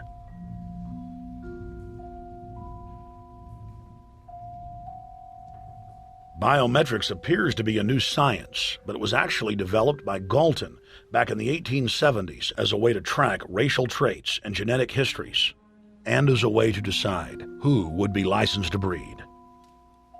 In 1904, the Cold Springs Harbor Research Facility was started in the United States by eugenicist Charles Davenport with the funding of prominent robber barons Carnegie, Rockefeller, and Harriman. In 1907, the first sterilization laws were passed in the United States. Citizens with mild deformities or low test scores on their report cards were arrested and forcibly sterilized. You're 17, aren't you, Alice? Yes, but what have you done with my folks? Well, we're trying to help them, Alice, and you too. They were taken to the hospital this afternoon. Hospital? Wasn't none of them sick this morning? We thought it necessary to present your family's case to the State Medical Commission. After an examination, they decided there was but one important action to take: to have your entire family sterilized. Why, what's that? I don't know what you're talking about. Now, in this state, we have a law which provides for such people to have an operation so there won't be any more children. I see. Now, we've placed your brothers in institutions where they'll be properly cared for. You can go back to your job soon. I'll arrange to have it held open for you. But I'm keeping my job. I'm not going anywhere. Now, you're going to the hospital too, Alice. And you mean they're going to stop me from having children ever? Exactly. I'm all right, I tell you. I won't go to any hospital. We don't want any trouble with you, young woman. If you refuse to go, the officer here will take you by force. In 1910, the U.S. Eugenics Record Office was set up. By then, the British had created the first network of social workers, expressly to serve as spies and enforcers of the eugenics race cult that was rapidly taking control of Western society. The social workers would decide who would have their children taken away, who would be sterilized, and in some cases, who would be quietly murdered.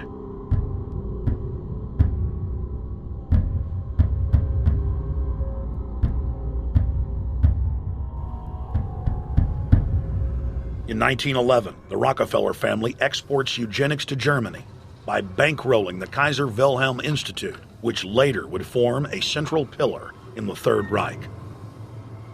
At the 1912 International Eugenics Conference in London, eugenics becomes an international craze and gains superstar status. The futurist and best-selling sci-fi author H.G. Wells had studied biology under top eugenicists and was spreading the new faith worldwide. In 1916, H.G. Wells' lover, Margaret Sanger, starts her promotion of eugenics in the United States. In 1923, Sanger receives massive funding from the Rockefeller family. Sanger wrote to fellow eugenicist Clarence J. Gamble that black leaders would need to be recruited to act as frontmen in sterilization programs directed against black communities. In 1924, Hitler pens Mein Kampf, or My Struggle, and credits U.S. eugenicist as his inspiration. Hitler even wrote a fan letter to American eugenicist and conservationist Madison Grant, calling his race-based book, The Passing of the Great Race, his Bible. Hitler developed the plan for mass extermination of the Jews and what he called other sub-races, as well as the handicapped, from Grant. By 1927, eugenics hit the mainstream. The so-called science was aggressively pushed through contests at schools, churches, and at state fairs. Churches competed in contests with big cash prizes to see who could best implement eugenics into their sermons.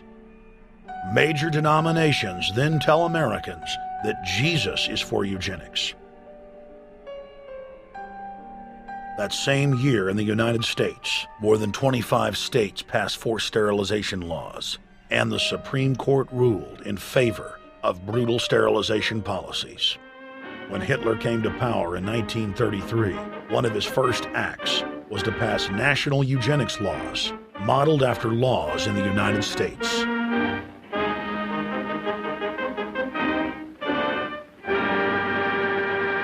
The 1934 film Tomorrow's Children brought the eugenics agenda to the silver screen in the United States. In the case of Miss Mason, I can see no reason for the operation that's been recommended. The girl is perfectly normal. She's hard-working and has a good reputation. Do you know anything about her family background? Oh, yes, Your Honor, I do. There are several other children, aren't there? Yes. What is their condition? One is a cripple. Two others might be classed as feeble-minded. Isn't the oldest son in jail? Oh, yes, I believe so. And knowing all that, you still contend that this girl should be allowed to bring more people like that into the world? She's sound, Your Honor. She's not anything like the rest. Surely she should be given a chance to work out her own salvation. I can't agree with you, Doctor. Suppose she is normal. The chances are that her children will inherit the family taint. Isn't that possible? But, Your Honor, I'm sorry, Doctor.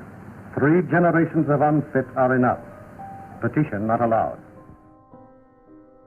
By 1936, Germany had become the world leader in eugenics for taking effective actions to sterilize and euthanize hundreds of thousands of victims.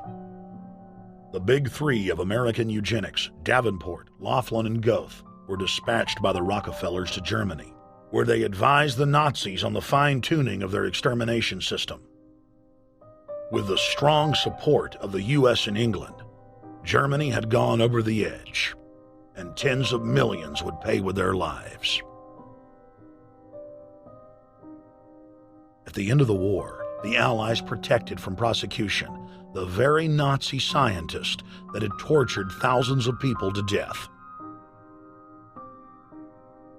The Nazi brand of eugenics had embarrassed the elites, but they had no intention of stopping their plans.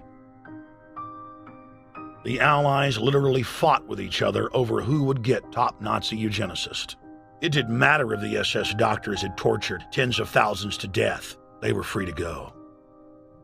The Angel of Death, Joseph Mengele, and his boss, Ottmar von Verscher, were not prosecuted, and von Verscher even continued his work in Germany after the war.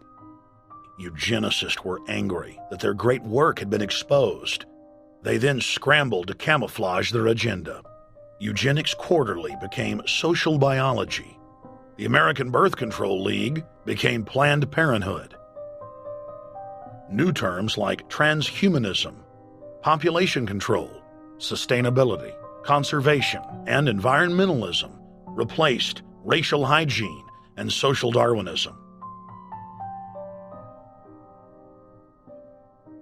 Many eugenicists of the previous period engaged in what they called crypto-eugenics, purposefully taking their eugenics beliefs underground. They became highly respected anthropologists, biologists, and geneticists in the post-war world.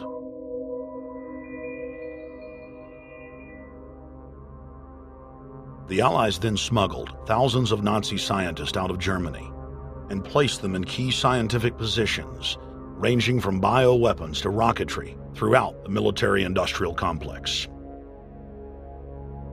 The founder of IBM was a devout follower of Hitler. Thomas J. Watson had supplied his punch card computers and IBM technicians to the Nazis for use in the death camps. Tattoos on camp victims were IBM human identification numbers, which fed into the computers.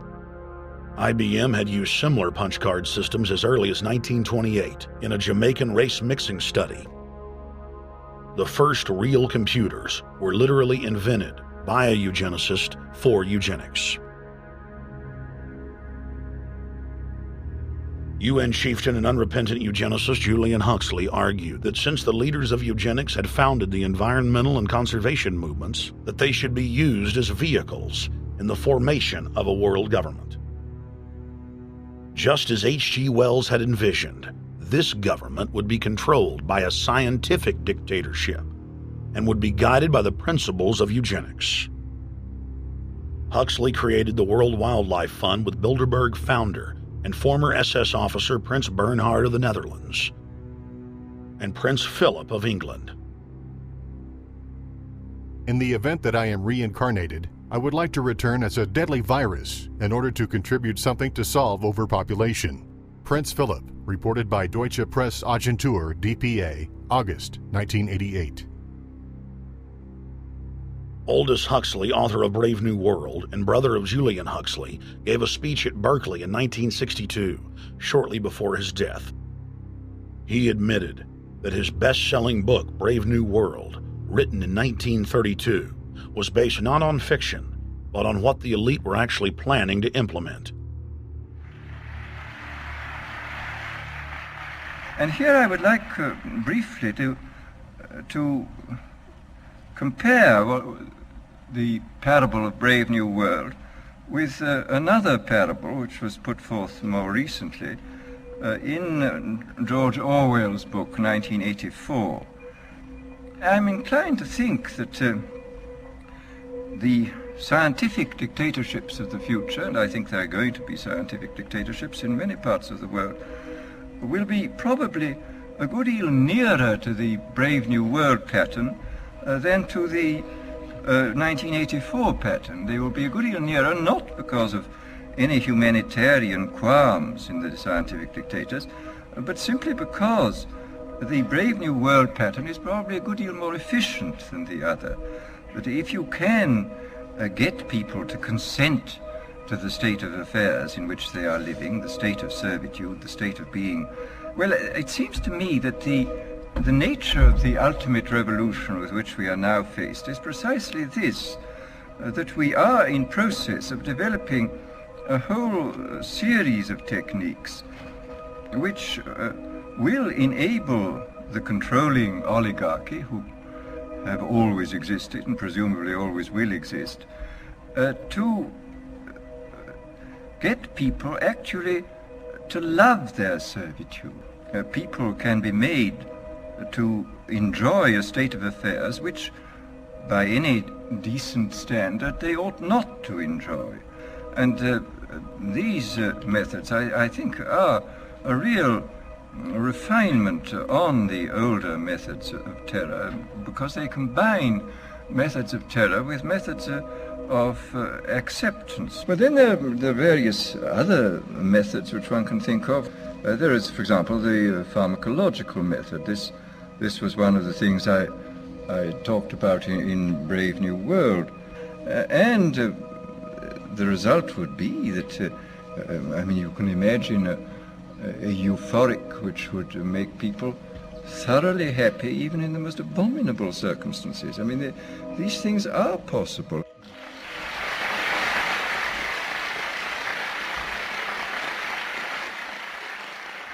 The elite have left a massive wave of destruction behind them as they cold-bloodedly experiment on civilian populations as if we are lab rats. A string of congressional investigations has uncovered more than 20,000 secret tests that were carried out against the American people between 1910 and 2000. One well-known eugenics study, the Tuskegee Syphilis Project, killed hundreds of blacks and spanned 40 years until whistleblowers exposed it in 1972. From 1943 until present, the British have tested lethal nerve gas on their own personnel on land, air, and sea. Many died instantly. Still others died grueling deaths over several years. The federal government commissioned secret radiation experiments on thousands of non-consenting patients. Hundreds of hospitals in the U.S. injected healthy men, women, and children with uranium and plutonium at dosage levels ranging from non-therapeutic to lethal, killing many of the test subjects. Pregnant wives of GIs were given vitamins by base doctors that actually consisted of highly radioactive uranium-239 and plutonium-241, resulting in violent miscarriages and the death of the mothers.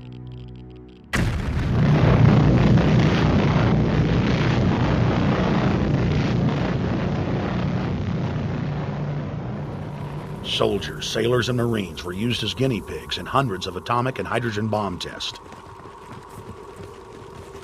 Patriotic Americans were radiated side by side with lab animals.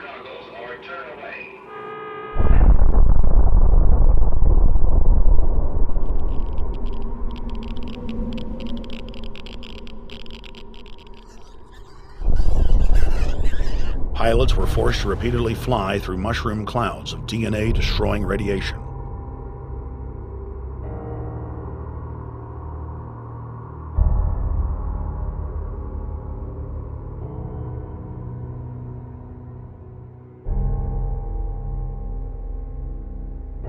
From 1951 to 1961, the U.S. Army paid Israel's health ministry 3 million lira to conduct radiation testing on Sephardic children that immigrated to Israel. The government-run public schools would tell the children that they were going to get a medical checkup and that they were receiving an X-ray.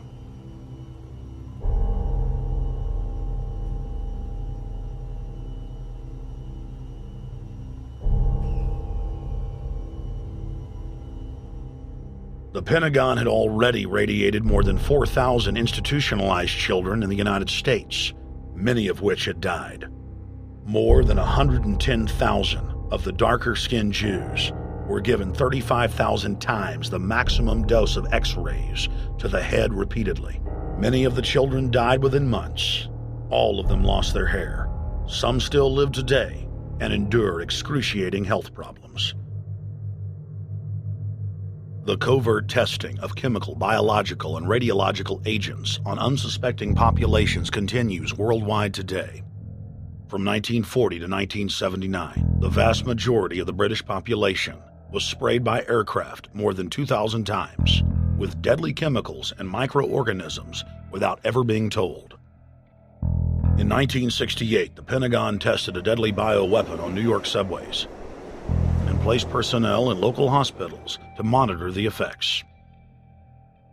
Aggressive sterilization of men and women continued in many states until the mid-1980s.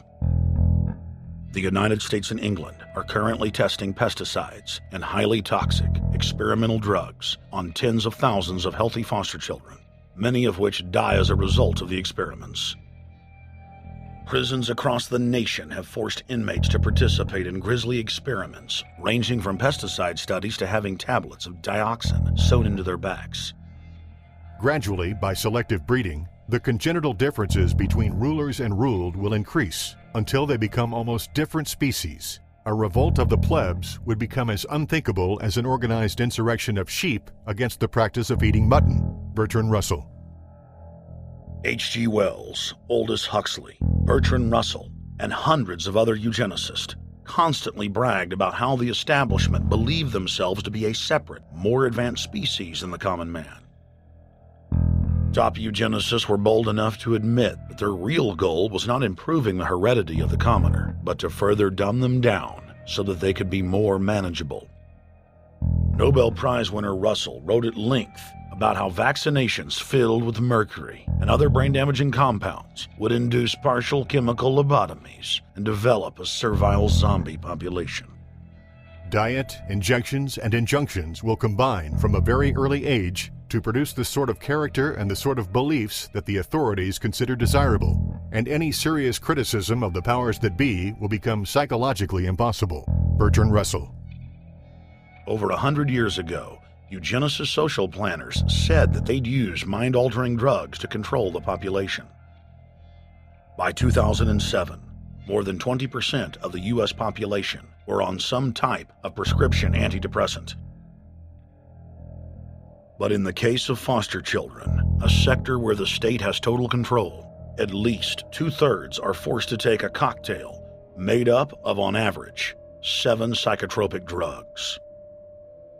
Chairman of the Texas Society of Psychiatric Physicians, Joe Burkett, testified before the State House Select Committee hearing on psychotropic drugs in foster care and shocked the public when he said that 2/3 of foster children in Texas had been placed on psychiatric drugs because they were very, very sick from a bad gene pool.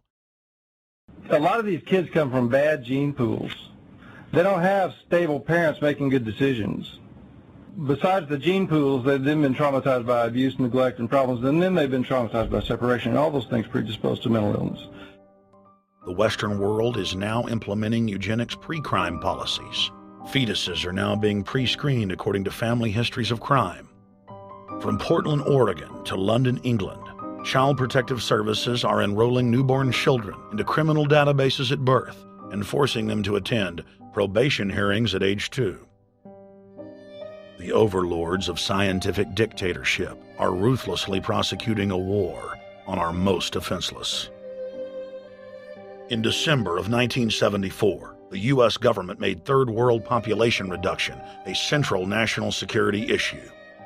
The operation plan, titled National Security Study Memorandum 200, was simply a regurgitation of the British Commission on Population created by King George VI of England in 1944, which openly stated that populous Third World nations posed a threat to the international elite's monopoly of global power.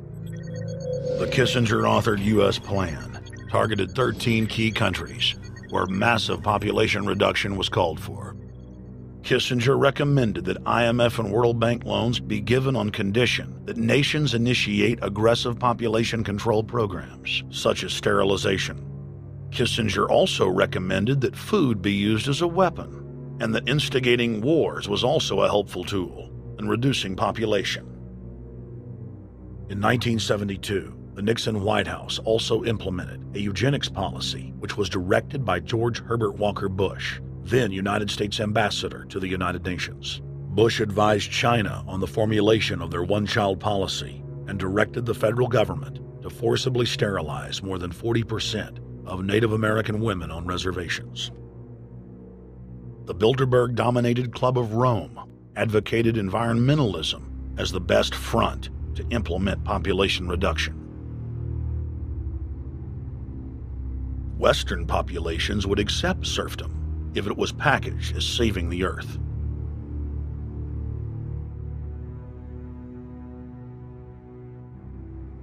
Industrialization of Africa, Asia, and Latin America could be blocked. Citizens would more willingly give up their national sovereignty if it were sold as a way to help the planet. The think tank also concocted the peak oil fraud as a way to create artificial scarcity. And the Club of Rome has been aggressively pushing a global carbon tax as a way to fund their planetary government. In the draft copy of the United Nations Global Biodiversity Assessment, it states very clearly that we must reduce the human population from what's current level of about 6 billion people down to about 1 billion people. In the 1970s, South Africa developed race-specific bioweapons to target blacks and Asians, and then subsequently sold the technology to Israel in the mid-1980s. In September of 2000, the Project for a New American Century published a document in which Dick Cheney described race-specific bioweapons as politically useful tools. And somebody mentioned, well, why would they want to reduce the human population when that means less money for them? Most people have no idea. They're not after money. They have all the money they need. They're after power. That's their aphrodisiac. The overlords of the New World Order are now aggressively pushing for a worldwide one-child policy. The Chinese one-child policy was phased in gradually. In the 60s, when it began, you only had to pay a tax penalty. Only later did they imprison you if you had more than one child. Now the exact same proposals to penalize couples who have more than one child are being made in the United States, England, and Europe. In the push to reduce global warming, children, according to some, are the new culprits. A think tank in the UK says too many kids are what's making the planet worse, saying large families, anything over 2 children really, should be frowned upon as an environmental no-no, akin to not reusing your plastic bags, driving one of those big gas-guzzling cars, taking long trips overseas. The UK, in fact, has negative growth. I think Canada does too. That still, families in our rich countries shouldn't have more than 2 kids. In 1998, Ted Turner pledged to give more than $1 billion to the United Nations to be spent in the implementation of population reduction policies planet-wide.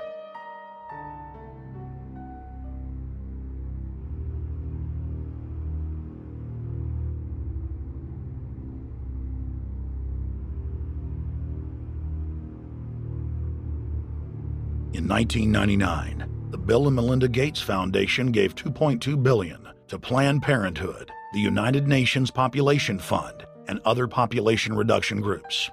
By 2007, the Gates had given more than $30 billion, almost exclusively to population control groups. The controlled corporate press cynically reported that the Gates were giving the money to help third world children. Bill and Melinda Gates were dethroned as the world's most generous philanthropists when their friend and fellow population reduction enthusiast, Warren Buffett, gave $37 billion to fund an army of population control groups.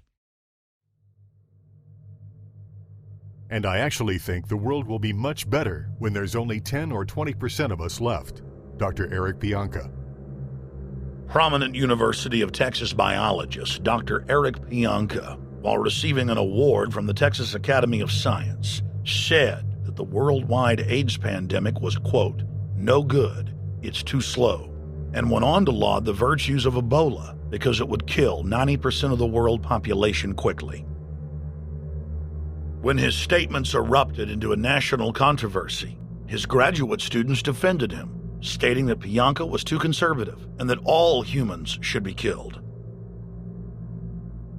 But most frightening was the fact that in a crowd of over 1,000 prominent scientists, local newspapers reported that 95% of those in attendance gave Pianka sustained standing ovations every time he extolled the virtues of mass-culling microbes and man's destruction.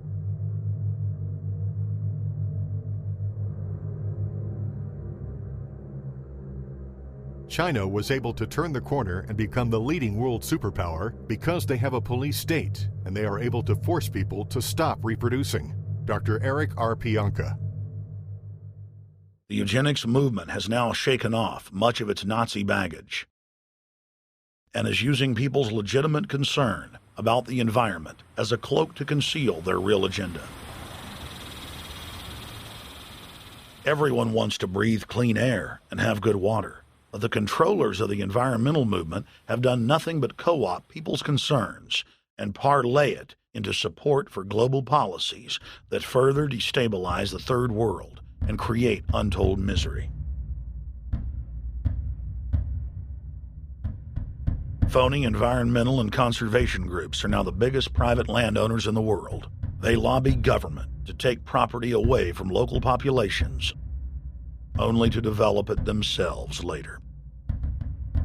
When the U.S. military dumps millions of gallons of nerve gas on the east coast of the U.S., they don't say a word. Thousands of companies are creating transgenetic cross-species hybrids, splicing plants, animals, and insects, and releasing the new organisms into the global biosphere, vandalizing the very genetic code of the planet. And large environmental organizations do nothing. The corporate elite of the planet intensified their push for a global taxation system with a year-long build-up to the Live Earth hysteria held on July 7th, 2007 on 7 continents. World leaders announced that saving the Earth was the new organizing principle for humanity and hailed it as the planet's new religion. They claimed that CO2, which plants breathe, was killing the Earth, and that we must reduce the number of children we have to curtail our carbon footprint. Countries across the world marked the day by passing new carbon tax schemes and raising taxes on gasoline, natural gas, and electricity. It is a scientific fact that the sun is the main driver of planetary climate, and the measurements are clear. The sun is becoming hotter, brighter. It has been slowly increasing thermal output in the last 100 years, causing warming not just on Earth, but throughout the solar system. But the scientific facts and even the order of the planets didn't matter to one of the chief organizers of Live Earth, David Mayer de Rothschild, heir to the British arm of the Rothschild fortune, when we spoke to him. When I called Rothschild on the order of the planets, he just laughed, thinking the audience wouldn't get it. He continued to count on the population's ignorance and claimed that the global warming lobby has nothing to do with carbon taxes. I guess he hadn't spoken with his good personal friend, Al Gore. Global warming, the time for debate is over. I think what you have to realize is that being environmentally sensitive and making money aren't mutually exclusive. There's a lot of money to be made in addressing this issue. But you guys are gobbling up all the world's concern to just simply line your pockets and make kids read your book in schools and do all this. It's a business, just like you said, Rothschild. It's not. Do you think I make any money out of this? It's the same thing. It's the same thing your your money-changing ancestors did. They're in Germany, Red Shield, and I'm calling you out, Red Shield. We know it's a scam. A pollution-based tax system, principally CO2. We're causing it mainly, vast majority of it. The consequences are bad and will be catastrophic unless we act. The polar ice caps of Mars are receding at several miles a year, much faster than ours, and that the moons of Saturn and Jupiter are melting. In fact, several of their moons were ice and are now liquid seas. Now, how are SUVs causing that, David Rothschild? That's because those planets are closer to the sun, my friend. No, Jupiter and Saturn are not closer to the sun. Neither is Mars. Yes, sir. I think you'll find, right, that the very simple matter, and what I wanted to say, and this is my final point, forget your taxation theory, because actually it's not taxation. Put a price on the carbon. A tax is the best way. Cap and trade can also do it. If there were a carbon-based tax, would there be a need for an economy-wide cap and trade system? They are not either or. We can do both. I am in favor of both.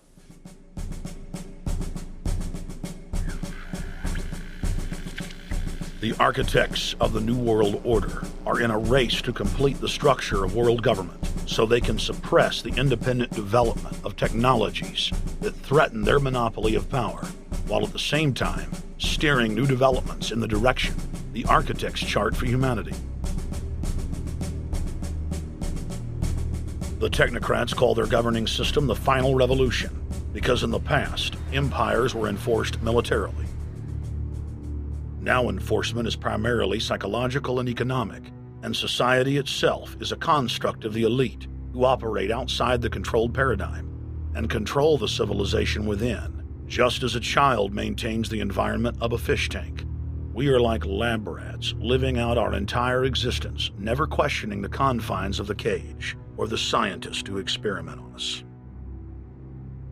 New World Order engineers have hijacked human destiny. Its controllers have closely studied human behavior for more than 100 years and are now steering us with expert control, using our primitive drives and desires as levers. They have developed their mind control systems to the point of being able to control the average unconscious person like a car.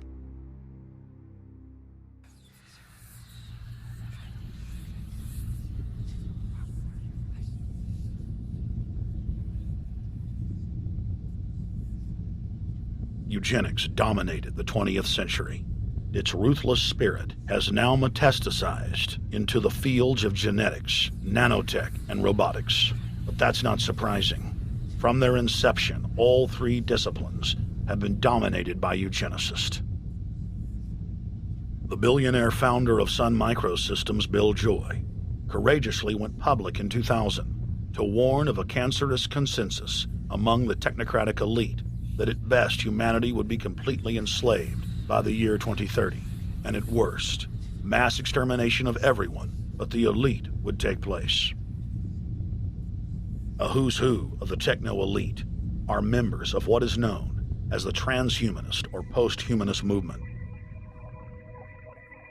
Many of its adherents see only the beneficial aspects of technology's exponential rise, like bringing sight to the blind, sound to the deaf, and longer life for all. But what many of them don't know is that master eugenicist Julian Huxley founded transhumanism, and that society's controllers openly admit that the new system is designed to progress into absolute tyranny.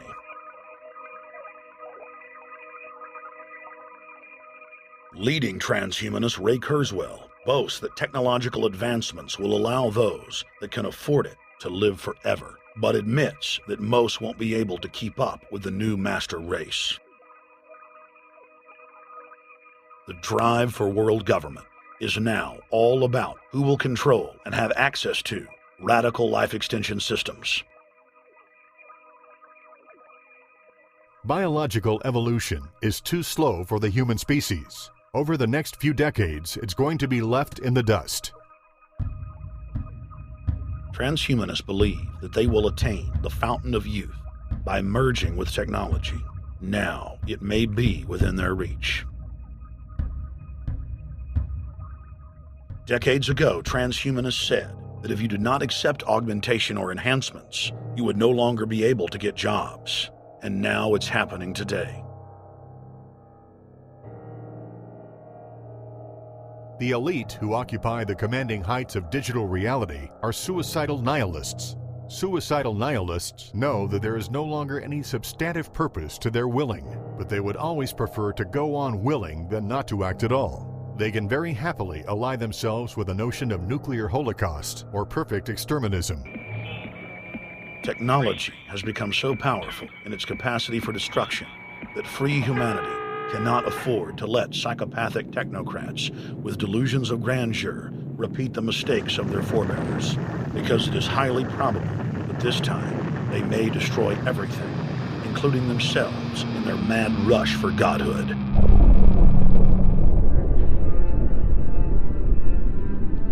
In this film, we have chronicled the Overlord's bloody orgy of experimentation, which already claimed the lives of more than 150 million people in the 20th century. And now, they are promising to deliver an invincible tyranny that will dwarf their past exploits. In the days of World War II, there were sovereign nations and armies to stand against Hitler's final solution. Once world government is in place, no one will be able to stop the New World Order's plans for global population reduction.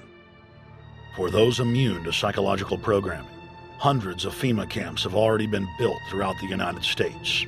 In their quest for population reduction, no method is off the table. These dark builders intend to release a string of man-made bioweapons plagues, each one worse than the last, while at the same time expanding the police state to enforce an orderly extermination of the population, all in the name of fighting invisible terrorists. And the Georgia Guidestones stand today as a cold testament to the elite's sacred mission.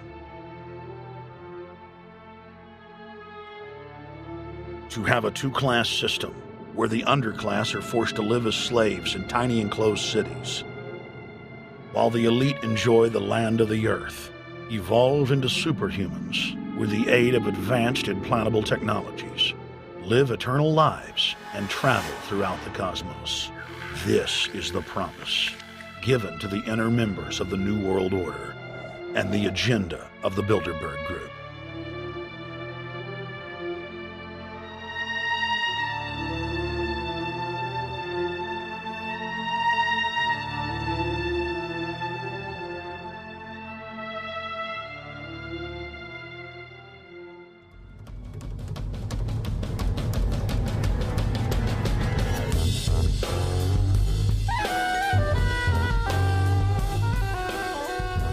In 2007, Jim Tucker continued his 30-year quest to expose the globalist by traveling to Istanbul, Turkey, the site of Bilderberg, 2007.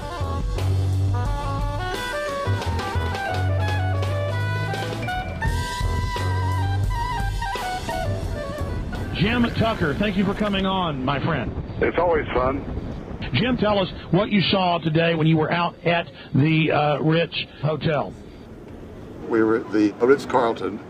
It looked like a typical Bilderberg scenario. They had the armed guards all around the place. They had platoons of cops in formation waiting for the disbursement. They also had cops all the way around the building, and they had all those high-tech things where every member can hear whatever's spoken in any language instantly translated into his own language so they can keep up with it.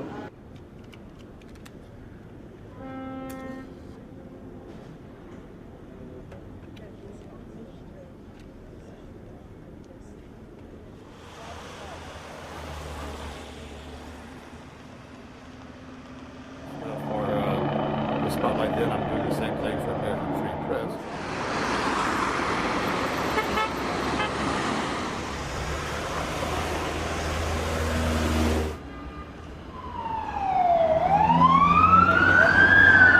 Herhangi bir sorun çıkmıyor. Hey, is the hotel open? Çünkü İngilizce bilen var mı? Ben bilmediğim için. Let's just ask him directly.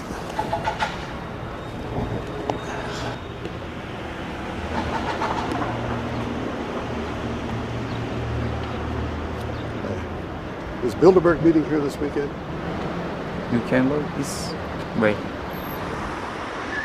We had my two personal cops following me today. I was not aware of it because my nose is always sticking to the camera. My jaws are always flapping. But the TV crew said those guys are going to follow you. And their car followed us out to the hotel. Then they identified the two cops in plain clothes, not business suits, but sport shirts and so forth. Yeah. That's the car that's been on our ass? Yeah. You want to photograph him? Yeah. You are, aren't you? Well, they're very likely Bilderberg boys.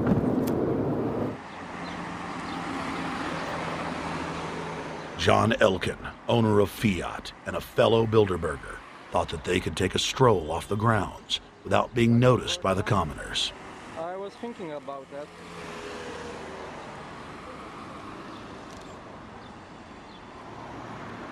This Bilderberg attendee sneered at our camera.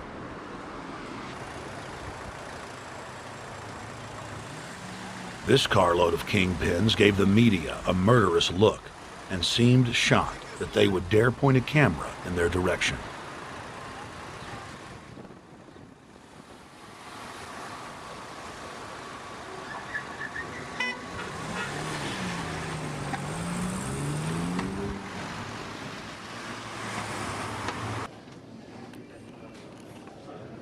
In 2007, the Bilderberg Group received the heaviest global coverage in its history. Jim Tucker witnessed press conferences attended by hundreds of members of the media and a new generation of info warriors, like reporter Paul Dornanu of Romania, are tracking the elite no matter where they hide. Expunem acest grup Bilderberg. Now, Jim, my governor, Rick Perry, it's in the front of the Dallas Morning News. The headline reads, Texas Governor Rick Perry to attend Bilderberg. What does it mean to have the governor of Texas in the Dallas Morning News just admitting he's going to Bilderberg Group? It means he's a potential president, even as the obscure governor of Arkansas, Bill Clinton, lost his virginity at the Bilderberg meeting in Baden-Baden, Germany in 1991. And he's elected president the following year. Now, if he goes nowhere in a run for the White House in the years ahead, they'll drop him like an old shoe. They do that often. But officially, Bilderberg considers Governor Rick Perry a potential president of the United States. Yes, it's a violation of the Logan Act, for which Bill Clinton's White House was fined $300,000, which means the taxpayers paid it. When Perry returned to Texas from Istanbul, we were determined to hold him accountable for his treasonous actions.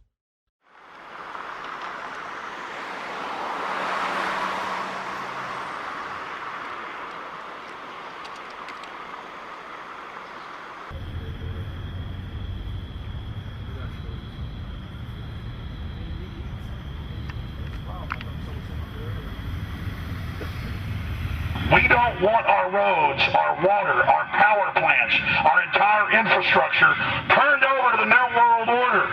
And we tell you now, the people are rising up and learning what you're doing, and they're angry. And they're tired of it. Stop enslaving us. Stop setting up tyranny. Stop going along with the New World Order plan if you've got any soul left, Rick Perry.